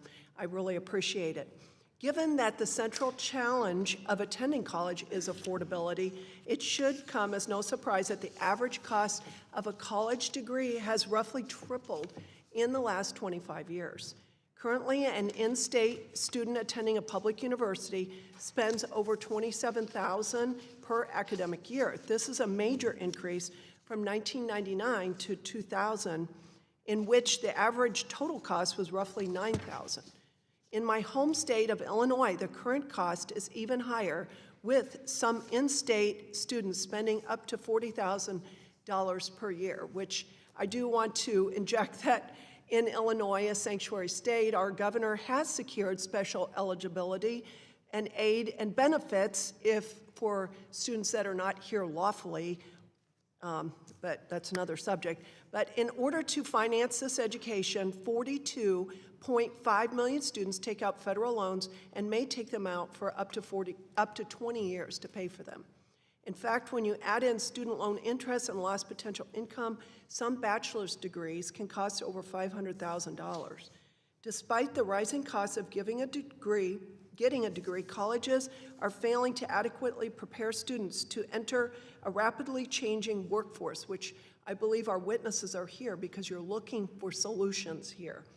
Too many students are pressured into getting an expensive four-year degree when more affordable community colleges and trade schools could teach them the skills that are far more practical and marketable. I believe that everyone should have an opportunity to pursue an education, but we must find solutions to make college more affordable and a better return on investment. My first question is for Dr. Napier. Could you please elaborate on how artificial intelligence affects students' workforce readiness? Simply, how do universities ensure that AI bias does not negatively impact student learning, keeping in mind that most AI models tend to favor left-leaning narratives? Thank you for the question. And the key element here is human in the loop. Having human oversight with implementation or involvement of AI when it comes to the instructional pathway, for faculty to student or for any other operational aspect of that there. So there needs to be clear instructions and policies. There needs to be the human oversight, as I mentioned, and of course auditing, and even making a comparison amongst multiple models. So when you do find a left-leaning AI model presenting its information, how do you address that then? So it could be, it depends on the context there. If you're in a development deployment stage, maybe you could fine tune it to re-emphasize some of the topics at hand. But beyond that, I think it goes back to how you're talking to it, the prompting, so to speak, the effective communication there. But it's also very much dependent on the data in which these models were built upon, which a lot of times we as the end user don't know about. And secondly, Dr. Docking, can you share some examples of how your course sharing platform has helped other colleges and universities in developing their online courses? Yes, ma'am. Many of these colleges are located in small towns throughout America. There's essentially 800 to 900 Adrian colleges out there, and they're really economic drivers for these small towns. These colleges can't even find professors in these small towns to teach things like AI and cybersecurity and even computer science. And so this model allows them to draw on the strength and resources and intellect of various other communities that have these resources so that the students on their campus can have the quality of education that they'd like to have, and it'll make a difference when they hit the workplace. So it really creates a much more robust pool of professors to teach these students than we can often find in these small towns. That's great, thank you. And lastly, Mr. Oyerinde, sorry. Can you share some examples of partnerships with Campus EDU, how you've lowered costs and outcomes for college administrations? Yeah, look, obviously, and I know we're almost out of time, AI to help automate a lot of back office processes frees up students' time and professors' time to spend time with students directly. Thank you. Keep up the great work. I thank the gentlelady, and I thank Mr. Oyerinde as well. Very seldom do we have witnesses that recognize the time. Thank you for helping us. Of course, we don't have many members who recognize time either, myself included. Now I recognize for her 5 minutes of questioning another educator on this committee, the gentlelady from Connecticut, Ms. Hayes. Thank you, Mr. Chairman. Before I begin my questions, I'd like to share your enthusiasm that I too am excited that we are back in this committee doing the work that is important. And I agree with you that the work of this committee is some of the most important work in the Congress. I would like to put on your radar that on September 12th, I sent a letter to you signed by many of the members of this committee asking for a hearing on school shootings. So I am reminding you of that today while I wait for a response and urge you that as you are planning out the second half of the year and the work of this committee, that we address this incredibly important topic and begin to at least work towards solutions on this committee. Dr. Docking, I would like to say to you that I appreciate your comments about the foundational importance of a liberal arts education. I started my education at a community college and went on to earn multiple graduate and postgraduate degrees, and you are correct in that it establishes the foundation for lifelong learning. To today's hearing, the educational landscape is ever-changing, and it's important to embrace innovation in the classroom. We cannot run from cell phones, AI, or any future technology. We need to be forward-thinking about ways that we can best teach students and ensure they are getting a high-quality education that will be foundational to their lives. But that starts with ensuring our teachers, professors, and administrators are properly prepared and have the skills to implement these emerging technologies. As you said, Dr. Napier, the human in the loop. Unfortunately, on February 10, 2025, the Trump administration ordered the termination of nearly $1 billion in ongoing federal education research and evaluation efforts at the Institution of Education Sciences and fired an undisclosed number of employees. The IAS is the research arm of the Department of Education. Dr. Del Pilar, in your testimony, you mentioned that the IAS, quote, assists states, schools, and educators with making data-backed decisions, assessing the impacts of various education programs and interventions, and more effectively supporting student learning. Can you share an example of some of the research at the IAS that has helped support teachers and administrators in integrating innovation in their classroom and how that could benefit us as we look forward to AI? Sorry about that. One of the things that, one of the services that IES has traditionally hosted was the What Works Clearinghouse. It provides significant evidence of evidence-based practices that impact student learning and completion. And I think that that's one of the compendiums that provides educators, researchers, college administrators with significant research on what has been done, what works, and what is effective. Why should this be done at the federal level? I think it's easier to collect that type of data at the federal level. It's very expensive to provide to collect that data at the state level, number one. Number two, I think that the Department of Education previously used to bring folks together to really share those evidence-based practices that are working across states for us to have examples of what is working not only in one place but across the country. I was thinking about that when Dr. Docking said that sometimes businesses and education institutions are not talking to each other.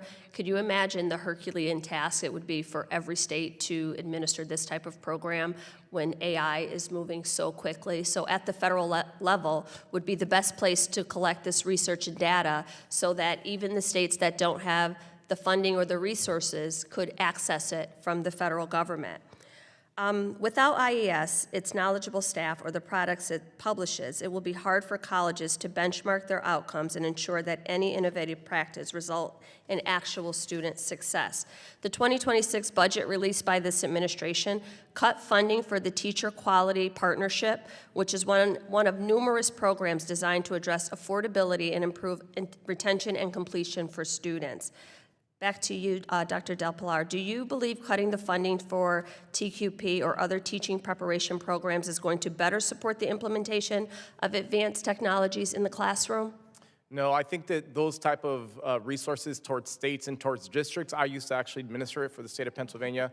It creates innovation in education. It provides evidence of what works in a state and what's possible in terms of partnership, in terms of proving outcomes for students. Thank you. And as I've said on this committee oftentimes, that while curriculum is decided at the state and local level, teacher preparation and the supports that are involved in making sure that the people who stand in front of our children have the best training and resources available is something that the department and the federal government has historically done. Thank you. With that, I yield back. I thank the gentlelady. I recognize now the gentleman from North Carolina, Mr. Harris. Thank you, Mr. Chairman, and thanks to all of you who are serving on this panel today. And I've been back and forth between other committees, but I did have an opportunity to read your testimonies, and I certainly enjoyed reading those and the work that you're doing. Dr. Docking, I want to just come to you first. In your testimony, you noted that by allowing colleges to share access to staff and courses virtually through the shared model that you developed, that Adrian College has reduced its academic payroll cost by more than $2 million in recent years. In fact, you projected that these savings could cause tuition to drop 20 to 30% in the coming years. So my question is, do you think that other colleges could similarly cut cost and tuition without sacrificing the academic quality? I do, Mr. Harris, and one of the reasons why I do, obviously, is that it's happening in real time at Adrian College. You know, if you look at what students want these days, especially post-pandemic, they want some of their courses to be online. You know, before the pandemic, at a place like Adrian, we all thought, oh, everyone just wants the traditional 4 walls and a professor up front.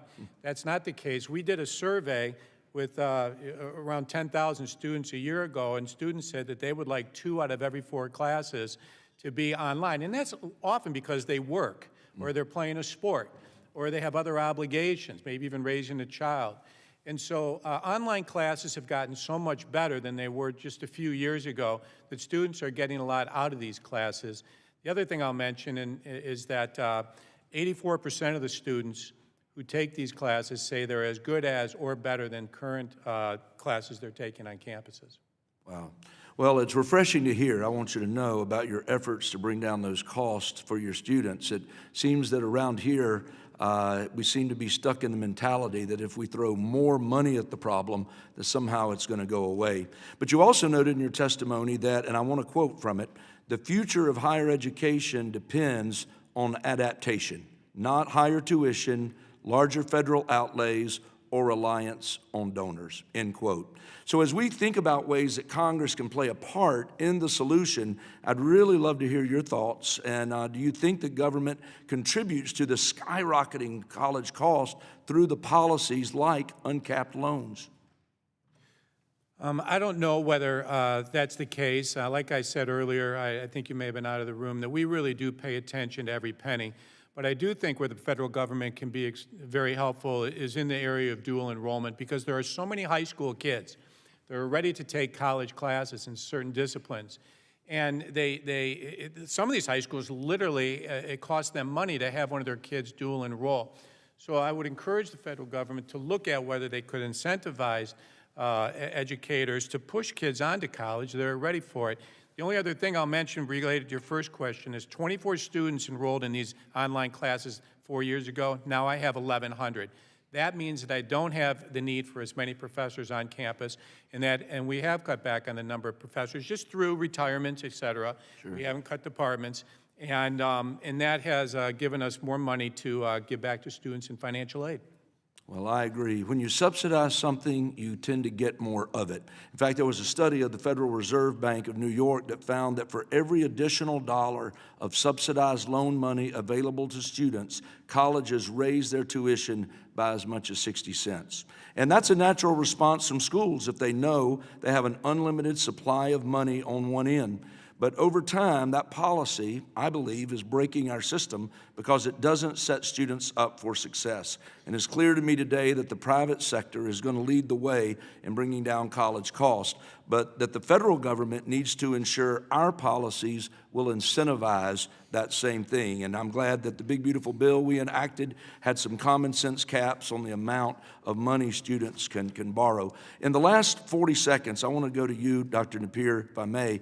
Your testimony emphasized the importance of the Trump administration's AI action plan and cautions that federal regulatory overreach could unintentionally hinder innovation. From your vantage point, can you just give me some specific types of federal rules, mandates, or reporting burdens that would be most harmful to the innovation?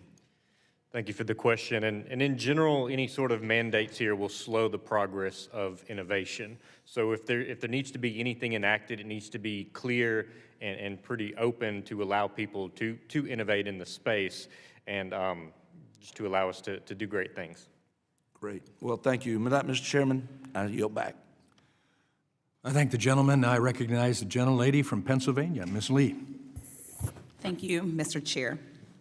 As somebody who, of course, went to college and spent or will be paying off loans for the rest of my life, college affordability is like one of the more important things to me. One of my concerns is that oftentimes we come in here and we have hearings and then we have policy suggestions that quite frankly just fall short. They fall short of meeting just how big the problem is. They fall short of making considerations for people who are least likely to already have access to wealth, access to, folks in their lives who have gone to college, communities that have already been marginalized in some way. I wonder sometimes why it is that so many other countries have been able to figure out free public education for all of their students from pre-K to higher education, and we just haven't been able to do it. It's not because we don't have the money. We're the wealthiest nation on earth. I think we spend more on the military than the next 7 or 9 countries combined.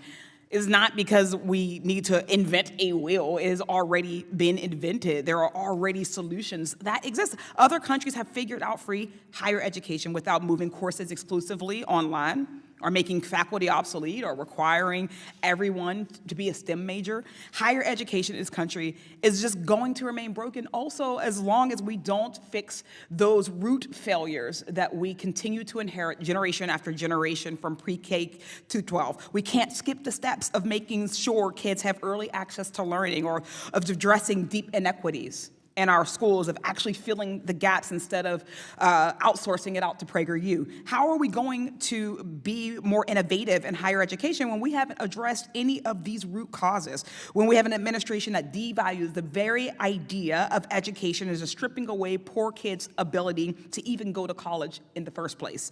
When our country has been chronically underfunding the institutions serving the largest shares of low-income students and students of color since inception. So, Dr. Del Pilar, how does this chronic underfunding of these institutions of higher education impact their ability to meet the students' needs? I think underfunding institutions, effectively what happens is they're not able to provide the supports that we've talked about in this hearing that actually lead to graduation. So if you're underfunded as an institution, you can't provide the wraparound supports. You can't provide services like CUNY ASAP. You can't provide access to advisors. You can't provide access to career advising. And so effectively stripping institution of resources does not allow those institutions to then offer the supports that help students be more successful. Certainly. So instead of actually addressing these issues with solutions we know work, because again, other countries are using them every day. This administration is working tirelessly to make college even less accessible, less affordable, and essentially less successful. At University of Pittsburgh, in my district, I know a lot of folks have been mentioning programs that are successful in their districts. We have a program called the Pell Plus that matches students' Pell Grant funds to make tuition more affordable. But Trump's budget proposed reducing Pell Grants by about 20%. And under the $1 trillion tax cuts for the wealthy that the Republicans passed this past summer, fewer students are going to have access to Pell Grants at all. So this means that lower income students in my district will lose out on funding that would have helped them to pay for college. Or it means that colleges have to find new innovative ways to navigate new loopholes that are created to make things harder for them. This bill is going to devastate higher education access and affordability, especially for the most vulnerable student. It slashes loan limits. It forces students to take an even higher interest rate debts that they won't be able to pay back. So no, not letting us take out loans isn't going to help. The interest rates will simply be higher because they will usually be private loan sharks. It guts consumer protections when for-profit colleges defrauds them, and we can't forget how many students rely on SNAP and Medicaid. What will happen to them when those cuts go into effect? Very quickly, Dr. Del Pilar, your organization, EdFirst, referred to this bill as the Great American Heights. Can you describe how the policies in this bill are moving us even further away from affordability? I mean, I would argue that many of the provisions in this bill actually make it less affordable for students to attend higher education. We already have an access issue in this country. Less students are going to college today than there were in 2019, and I expect for us to continue to see that move as students decide to take a different path that doesn't involve higher education. We know that 65% of the jobs in this country are going to require higher education. If we're not preparing students in terms of providing them access, and that what we're doing is we're not preparing the workforce for the jobs that are being created effectively in this country. Thank you. And I would simply argue and end by saying that the goal for college affordability is not to push all poor kids into one lane and all wealthy kids into another. We have better options here. I say we can join so many other countries in the world who value educating all of our young people and actually invest in them. I yield back. I thank the gentlelady. Now I recognize the great member from Indiana, Mr. Messmer. Thank you, Mr. Chairman. Mr. Oyorinda, many institutions have struggled to innovate due to governance challenges and risk-averse models. You describe your governing board as both a guardrail and a catalyst for innovation. What specific governance policies have most helped you move quickly while still maintaining accountability to students, accreditors, and the public? Thank you. Yeah, look, our Board of Trustees is comprised of the most innovative and experienced educators at the 2-year college level and 4-year college level in our country.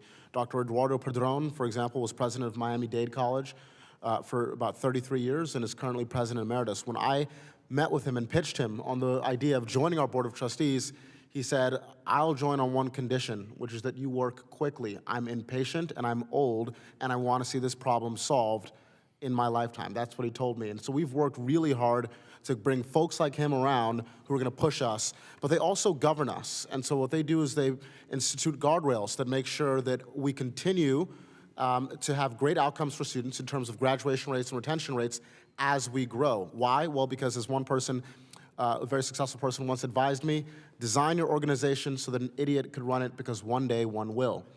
And so we do everything we can to make sure we have the governance structures in place so that long after I'm gone, we still have the best outcomes for students as we grow. Following up on that, what lessons can traditional institutions learn from campus's governance model? I think number one is innovation and actually specifically picking numbers like you would in a normal Silicon Valley startup, like what is your graduation rate, and actively making sure that every quarter you're making a little bit of progress towards it is ultimately the only way to get these issues under wraps. We have to innovate our way out of these problems, and it takes technology, it takes people, it takes a combination of both. And so the campus model is high-tech, but also high-touch, and I think that's why it's working. Thank you. And campus and some other community colleges seem to be embracing alternative education models. Are traditional large state universities readily accepting class credits from students that are trying to transfer, from campus? Some are, and it's really been phenomenal. We work with, in your state, Butler University. We work with Arizona State University. We work with University of North Texas, University of Central Florida. If you come to campus and you graduate, you get to transfer into those schools with not only guaranteed credit transfer, but also guaranteed admissions. Unfortunately, however, that's not how it works in all universities across the country. We need, actually, I think this is one thing this committee could work on to make sure that guaranteed credit transfer works. Calculus 1 hasn't changed since Sir Isaac Newton discovered calculus, and yet College A says College B's calculus ain't the same as what we're offering. It's not true. What actually ends up happening is that students who start off at a community college who do transfer into and graduate from a 4-year are going to graduate with about 130% of the credits they needed for the degree. That's wasted taxpayer dollars making students take the same class over. In my opinion, that's what DOGE should have started focusing on. Okay. Dr. Napier, are you seeing acceptance from your model into 4-year institutions, traditional brick and mortars? Yes, so with Maine, it's a partnership between all of our community colleges and universities, and beyond AI, in other degree programs, there is a lot of acceptance across the board for that transfer aspect. Of course, we want to prepare our learners to go into the job market, but we want to ensure they have opportunity for further education, research endeavors, and much more. So in Mississippi, yes, we have a great collaboration amongst everyone. Excellent. In your testimony, you highlight collaboration with employers across manufacturing, IT, logistics, and other key sectors. Based on that expertise or that experience, what approaches have proven most effective in facilitating strong, durable industry partnerships that institutions can rely on as they modernize programs and expand workforce-aligned training? I think a lot has already been said up until this point, with the key thing being communication.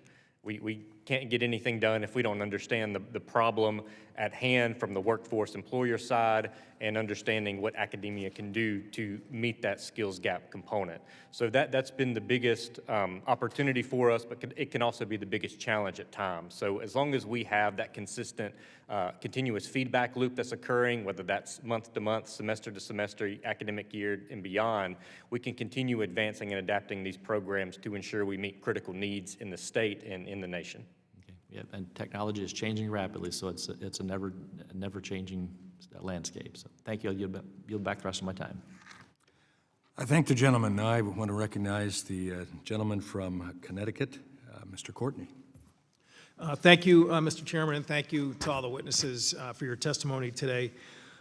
It strikes me as a little odd that when we're having a hearing about higher education and innovation at exactly the same time in which research programs and grants are being gutted by this administration. I represent Eastern Connecticut, which is the home of the University of Connecticut, which is, again, I think an outstanding research university. Within really days of the inauguration, they were getting notices that grants that had already been obligated were being canceled. And we're talking about work that was being done on things like autism, obesity, early childhood education. They have a school of education there, which has been doing great work for many years. And Dr. Pillard, your testimony, I mean, you sort of alluded to the fact that the compact initiative that the administration, I guess, is putting out there is going to be, again, really tying research to an agenda that has really actually nothing to do with the actual content of the research that universities have been engaged in. And maybe you could just talk about that a little bit in terms of, what colleges and universities are doing, not just for higher education, but our whole economy and our healthcare systems, and putting us really at the forefront internationally in terms of, life-saving and, huge advances in technology that, again, are being threatened by an approach that is tying this work to politics and really not to just, learning and science. I think we're doing a tremendous disservice to innovation by limiting what can be studied, by canceling research grants, by canceling research that was already underway in this country. I think it has a significant impact. We know that colleges in most towns are significant economic drivers. They employ in many places the most people. I'm originally lived in Pennsylvania. The Penn State University system was one of the largest employers in the state. And so by cutting resources to institution, by cutting research at institution, you're effectively ending a lot of the innovation that happens in this country around technology, around medical research, around education, around so many areas that are critical to advancing economic opportunity in this country and well-being, to be really frank with you. And so by cutting those opportunities, I think we're going to have significant and detrimental effect to not only capital in this country, but also to economic mobility. So the latest tally that we had back in May from UConn was about $32 million had been canceled, and there has been more since then. To your point about employment, one of the sort of spillover effects of these cancellations was that graduate students who had been lined up, during breaks and the summer break in terms of being employed as part of the work that these grants entail, which is, something that has been part of university work for decades and decades, basically were being laid off and really left also in terms of just their own academic plan sort of stranded because of this just indiscriminate sledgehammer that's being taken by agencies and departments of this administration. It's affecting also people.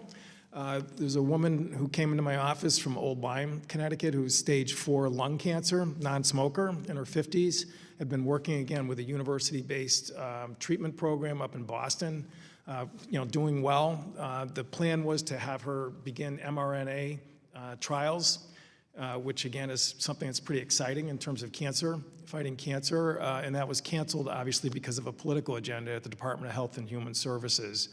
So again, yes, innovation's good, but I think sometimes, focusing a little bit on AI sort of ways to help with, individual issues is a good thing too. But, the bigger picture right now is that we're watching an administration destroy university-based innovation through systems of grants that, again, have, I think, really put us at the forefront internationally, as I said. And again, I'll give you my final.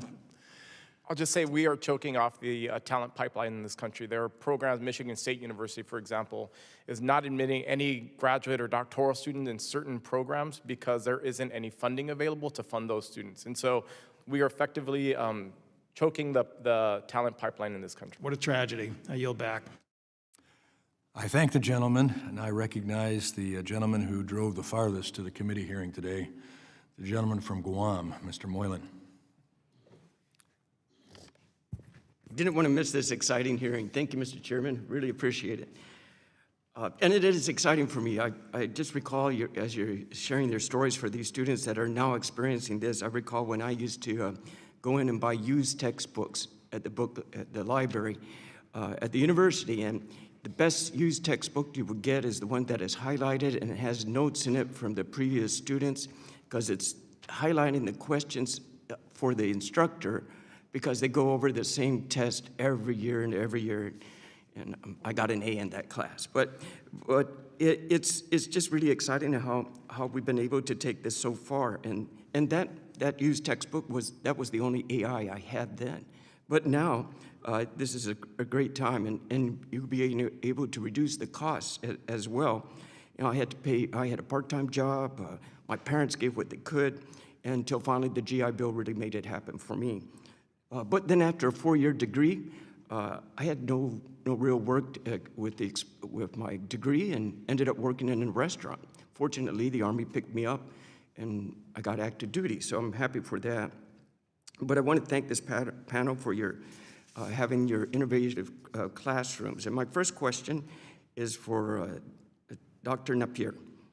And as director of Maine, you partner directly with campuses to help them embed AI competence across both academic degree pathways and short-term workforce programs. Can you talk about how you help them integrate these skills and which strategies have proven most effective in helping colleges modernize their curricula while remaining financially stable? Thank you for the question. Partly this goes back into, we have two routes, like a shared curriculum that's pretty general and broad that anybody can take and deploy. And what that does is reduce duplication. It also gives maybe some of the smaller institutions higher quality content, and then positions the larger institutions to streamline a process there. They don't have to start from scratch, essentially. So on that pathway, it's pretty general, and then what they can do, whether that's an institutional or instructor standpoint, is pick that curriculum apart, pick and choose aspects they want to embed into their current teaching. So again, if I'm teaching an English composition course, maybe I don't need to understand the development of AI, but I need to understand the ethical and responsible usage of it, and maybe the prompting side, how to write and things of that nature.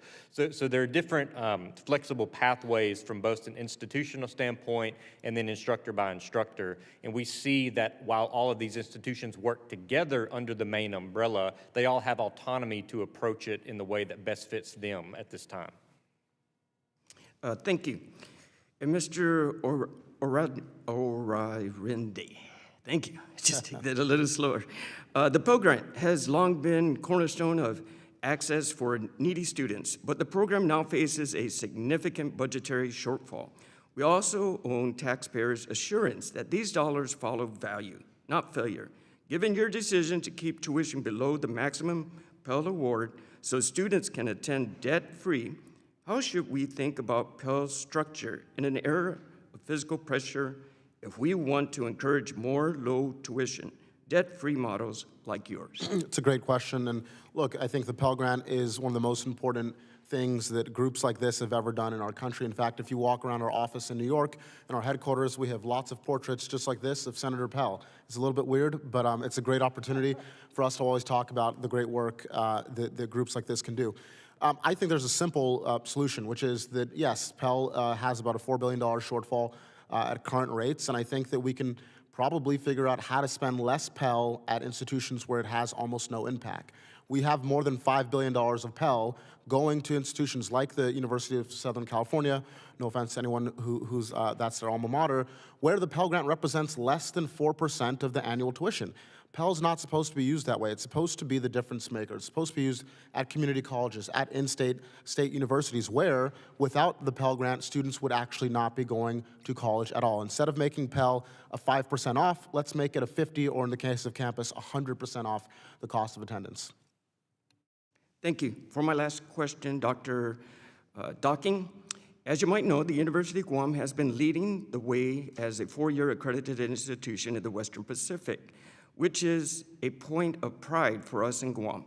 But one of the challenges that can bring this limited resource for expanding programs, can you please discuss how the hybrid model you described can enhance choice for students where academic options might otherwise be limited? Yes, sir.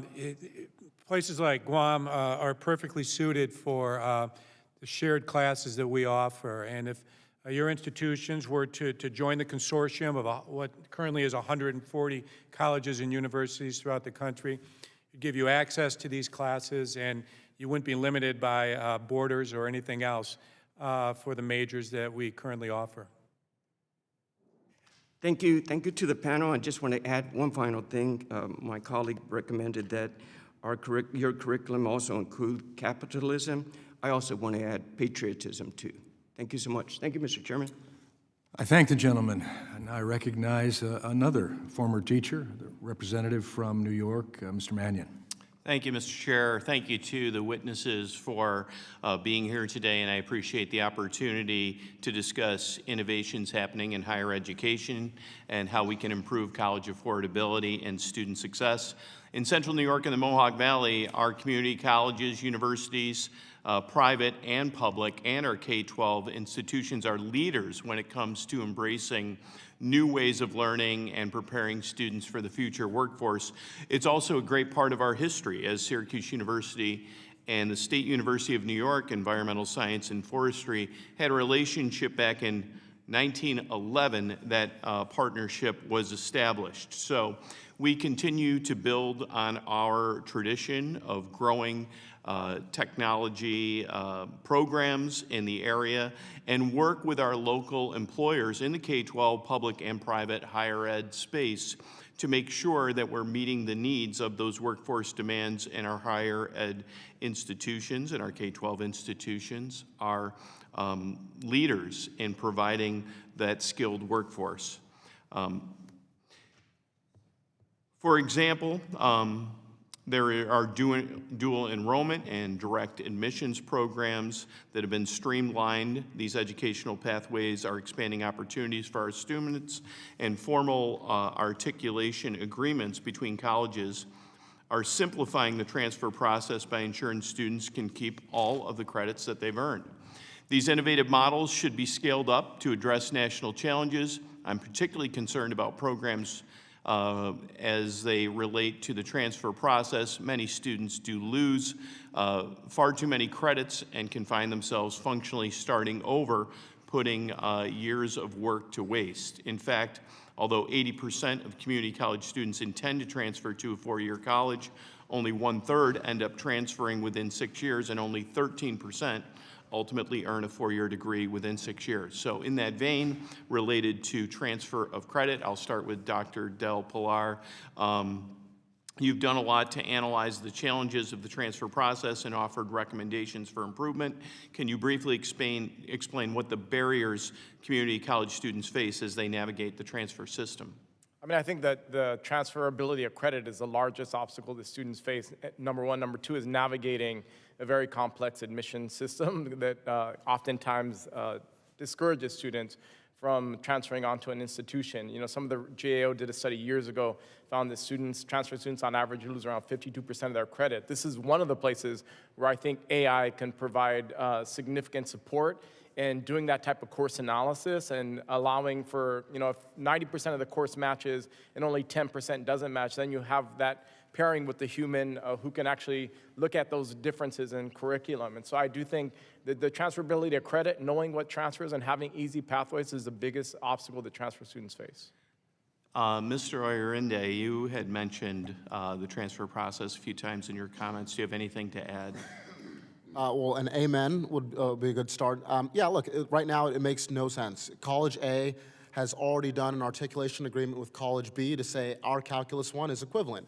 College B also already has a guaranteed transfer with College C. But then if a student from College C tries to go to College A, they say, we don't accept it, it's not equivalent. This is literally violating the sort of transitive property of basic law and mathematics. It drives me insane. And if this group can do something to solve it, I think we'd be in a much better shape. Right, so it sounds like you're encouraging us to establish legislation that might protect the students or protect the appeals process, and if I hear correctly also, utilizing AI potentially to do so. That being said, if we're talking about legislation or AI, in your opinion, anyone can answer, what should be the overarching government body that would establish which AI programs are going to do that exact analysis to make sure these transfer credits occur, and that legislation should be shrined under which federal department? I think the key is just transparency. The data already exists. Every university knows the other universities that they've articulated with. I think the same way we have iPads data for reporting demographics and things like that, if we had a centralized resource for reporting articulation agreements and equivalencies, then we can get around this problem very easily.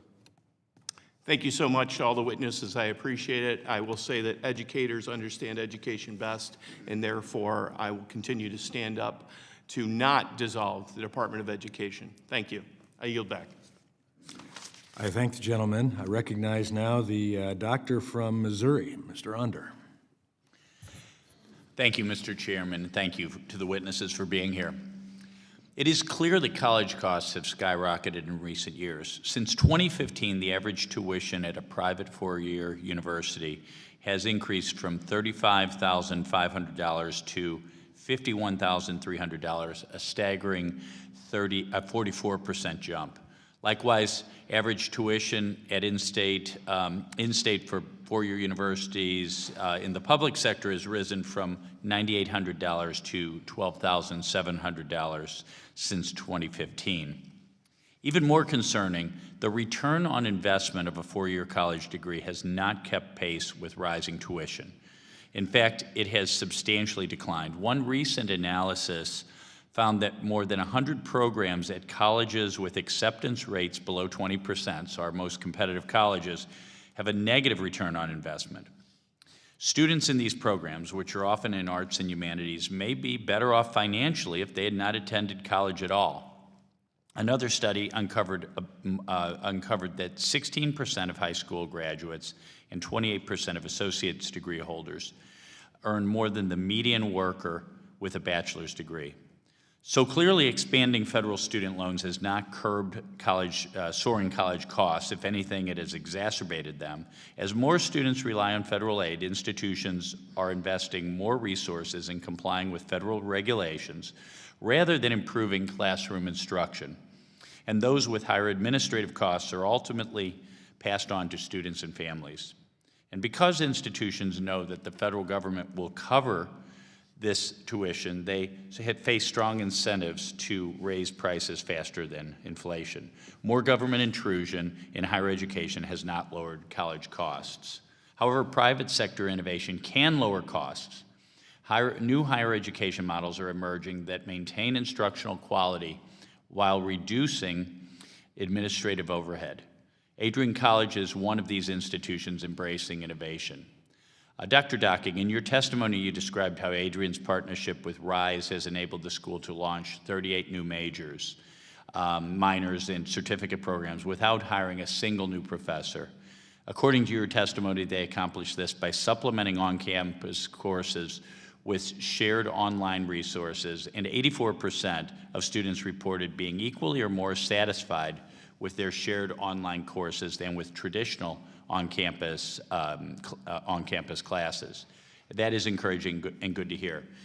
I'm curious about the other, 16% who don't necessarily report the same, and 84 is overwhelming. What further improvements do you think can be made to this model, and what can we do to cut the regulatory red tape and improve the model even further? Thank you, Mr. Onder. Yes, I think that if you look at the reason why students go to college these days, 90% of them say that it's because they want to get a better job, they want to make a better salary, they want to be able to provide for their families and live in safer neighborhoods and ultimately send their own kids to college. Yes. I think that means that all of us in higher ed need to have a closer relationship with the business community, the nonprofit community, to say, what do you want students to know getting off the commencement stage? What can we do as colleges to prepare them to not have to do essentially a 2-year internship to learn about whatever industry they're going into? So whatever the federal government can do to encourage those partnerships, I think will be very, very helpful to students and families. And you testified, Dr. Docking, that your model's been adopted by more than 130 colleges nationwide with over 10,000 students enrolled in the College of the Future network.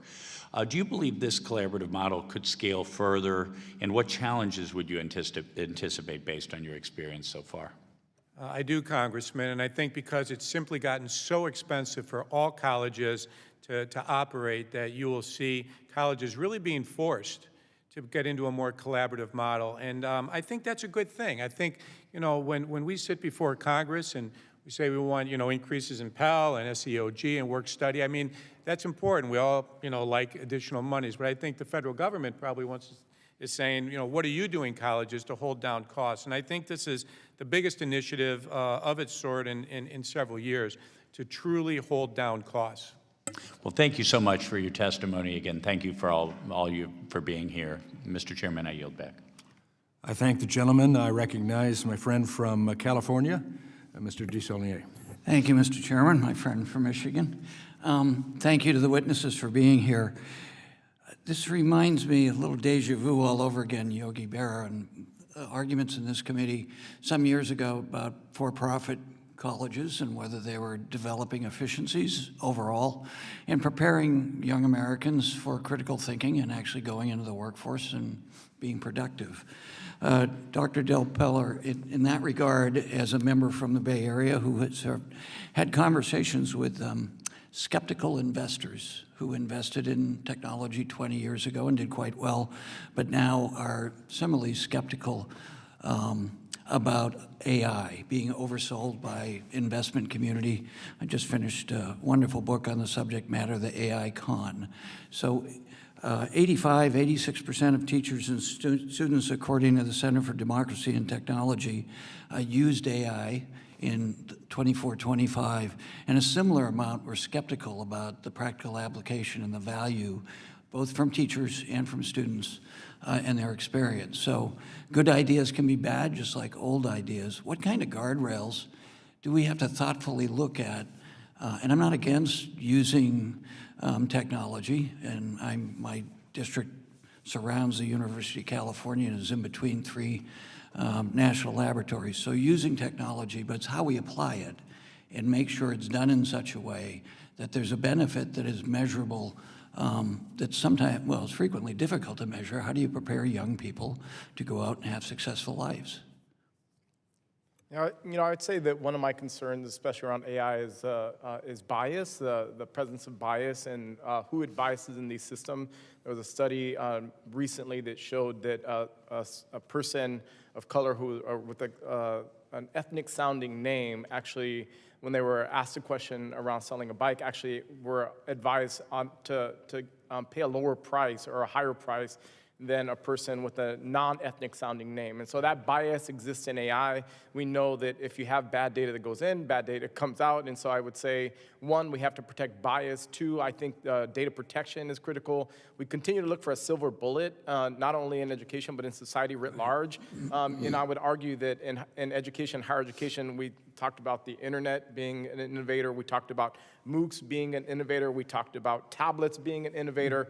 And still, we use these things as props. And so I would say that, while I think we need to continue to think about the guardrails, especially around AI, we need to protect students, and we need to ensure that we're protecting against bias. The most disruption we saw in education and higher ed was during the pandemic. And so when we're forced to change, oftentimes is when we see change in higher education. So on the full student experience, spending a lot of time looking at that, particularly for disadvantaged communities, and being in a state where the CSU system, the community college system, and the UC system work really well and efficiently, particularly community colleges where transfer students regularly in my district can get their AA and have a pathway to a UC or a CSU. But we've been spending more and more time, for a variety of reasons, technology foremost amongst them, on behavioral health support for the students.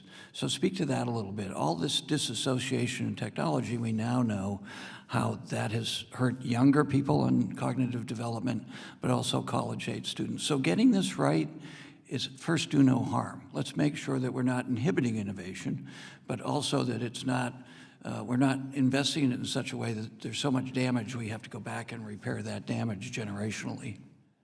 Yeah, we shouldn't be innovating at the expense of students or at the expense of anyone, to be perfectly frank with you. And so I do think as we look at the challenges, especially post-pandemic, students are struggling with the mental health, struggling with access to mental health services. And so I do think we have to be thinking about how we provide those services that not only provide students with their basic needs, but also those needs that allow them to thrive. And so as we think about how we're supporting students, we have to think not only about if we're providing them access to the internet or to the most innovative curriculum, but also if we're providing them access to those other services that are critical for student supports. So on one level, as a former small business owner, reducing cost, I get the efficiency of having teleclasses and using the scale, but you've got to figure the whole cost analytically. So if it's beneficial for bringing down the cost, but if there are societal costs, how do we analyze that and prepare ourselves for that and be at the least aware of it? And with that, I'll yield back. I thank the gentleman. Now I recognize the good representative from Wisconsin, Mr. Grothman. First of all, I'd like to respond to something that was said from the other side of the aisle about a half hour ago. There was a strong implication that it was superior to get ahead, that you ought to be involved in a four-year university. And I don't think that's true even remotely. I don't think it's true financially.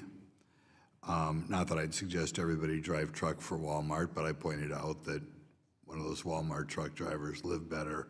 You see on the back, I guess they're making about 140 grand a year, which I'm sure is more than most college graduates make. I think since I've been a politician, one of the things I do is I ask kids at Eagle Scout Awards what they're going to do in the future. And I've noticed we've gone from maybe 10 years ago, 15 years ago was all, I'm from the Midwest, I'm going to go to Northwestern, I'm going to go to Madison.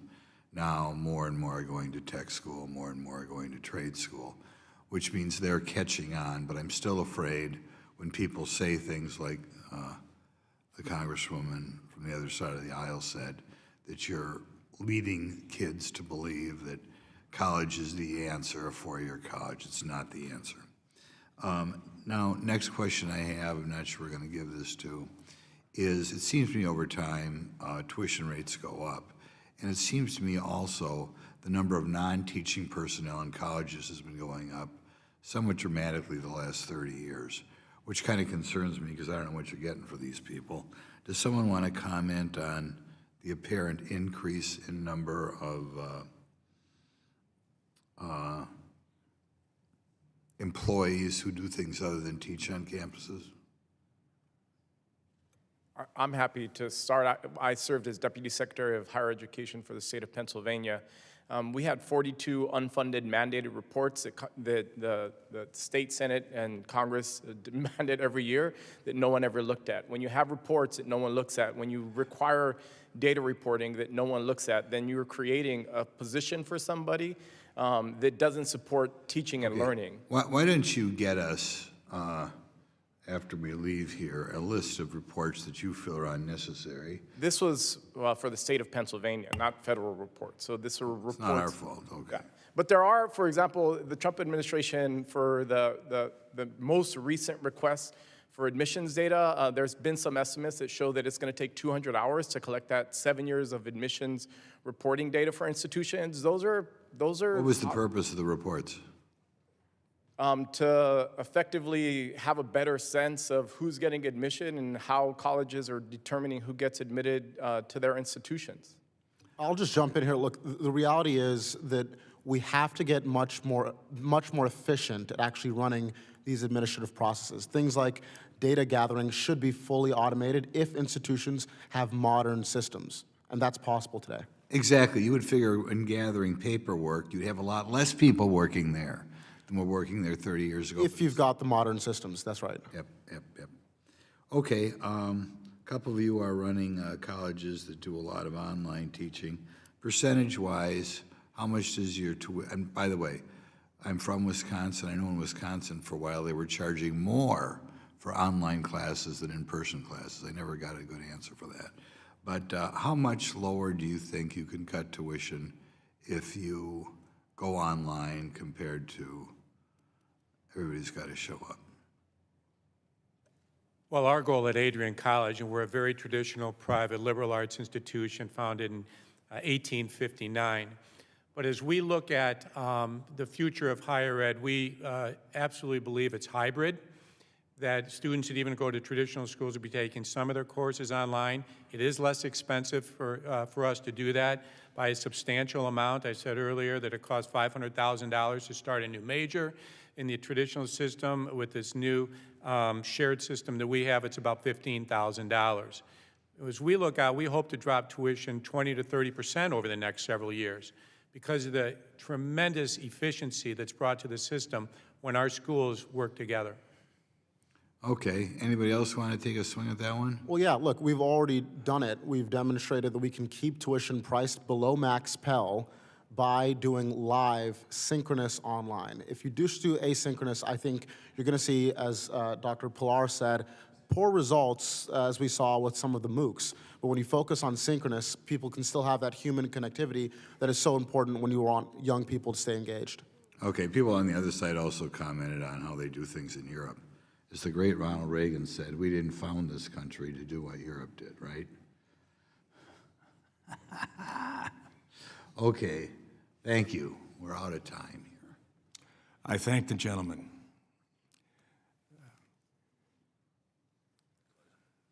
Seeing no other members at the dais right now than the ones that have already spoken, we've come to the end of our questioning of witnesses, and may I quickly state, you've been an excellent panel.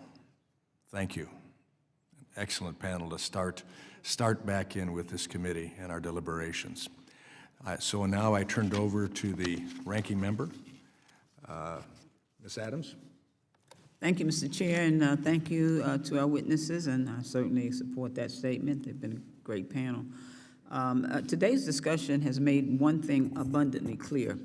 Innovation in higher education is only meaningful when it improves student success, expands opportunity, and promotes equity. We all agree that technology, new learning models, and student-centered practices can transform higher education. However, as we've heard, innovation without accountability, evidence, and a focus on outcomes is not progress, it's a step backward. And that's precisely the direction the Trump administration and my Republican colleagues have taken us. Their big ugly law cuts essential financial aid options, pushes families into predatory private loans, and makes it easier for bad actors in the for-profit sector to exploit students. Their efforts to dismantle the Department of Education, especially hollowing out the Institute of Education Sciences, have left us without the basic research and data needed to understand what works. We cannot innovate responsibly if we are operating in the dark. We've demonstrated that when we ground the innovation in evidence, we can help students not only increase enrollment, but also complete their degrees and find rewarding work.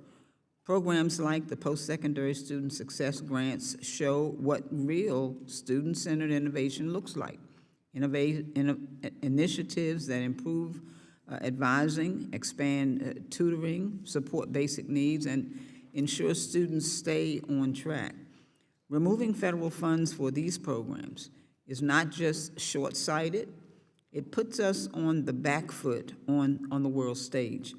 And so as we confront rapid changes in technology and the growing presence of AI in classrooms and workplaces, we must redouble our efforts on evidence-based solutions that close gaps rather than widen them.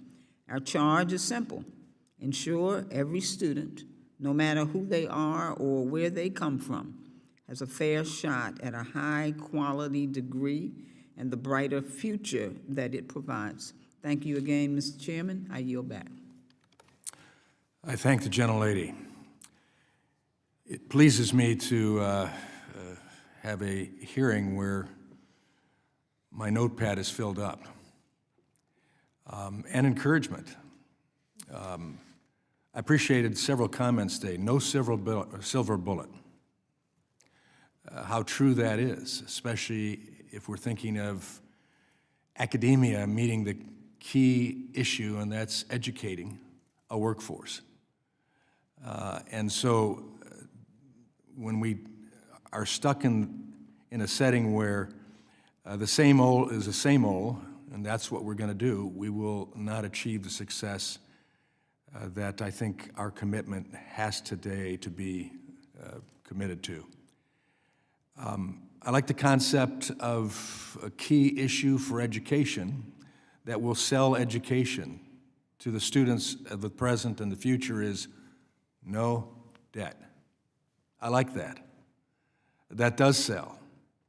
And I appreciate today that we have evidences of institutions who have not shied away from the One Big Beautiful Bill and its efforts to give encouragement to reduce the unnecessary costs to our students in education, to make sure that that no debt is something available for more, and who have been willing to say, no excuses.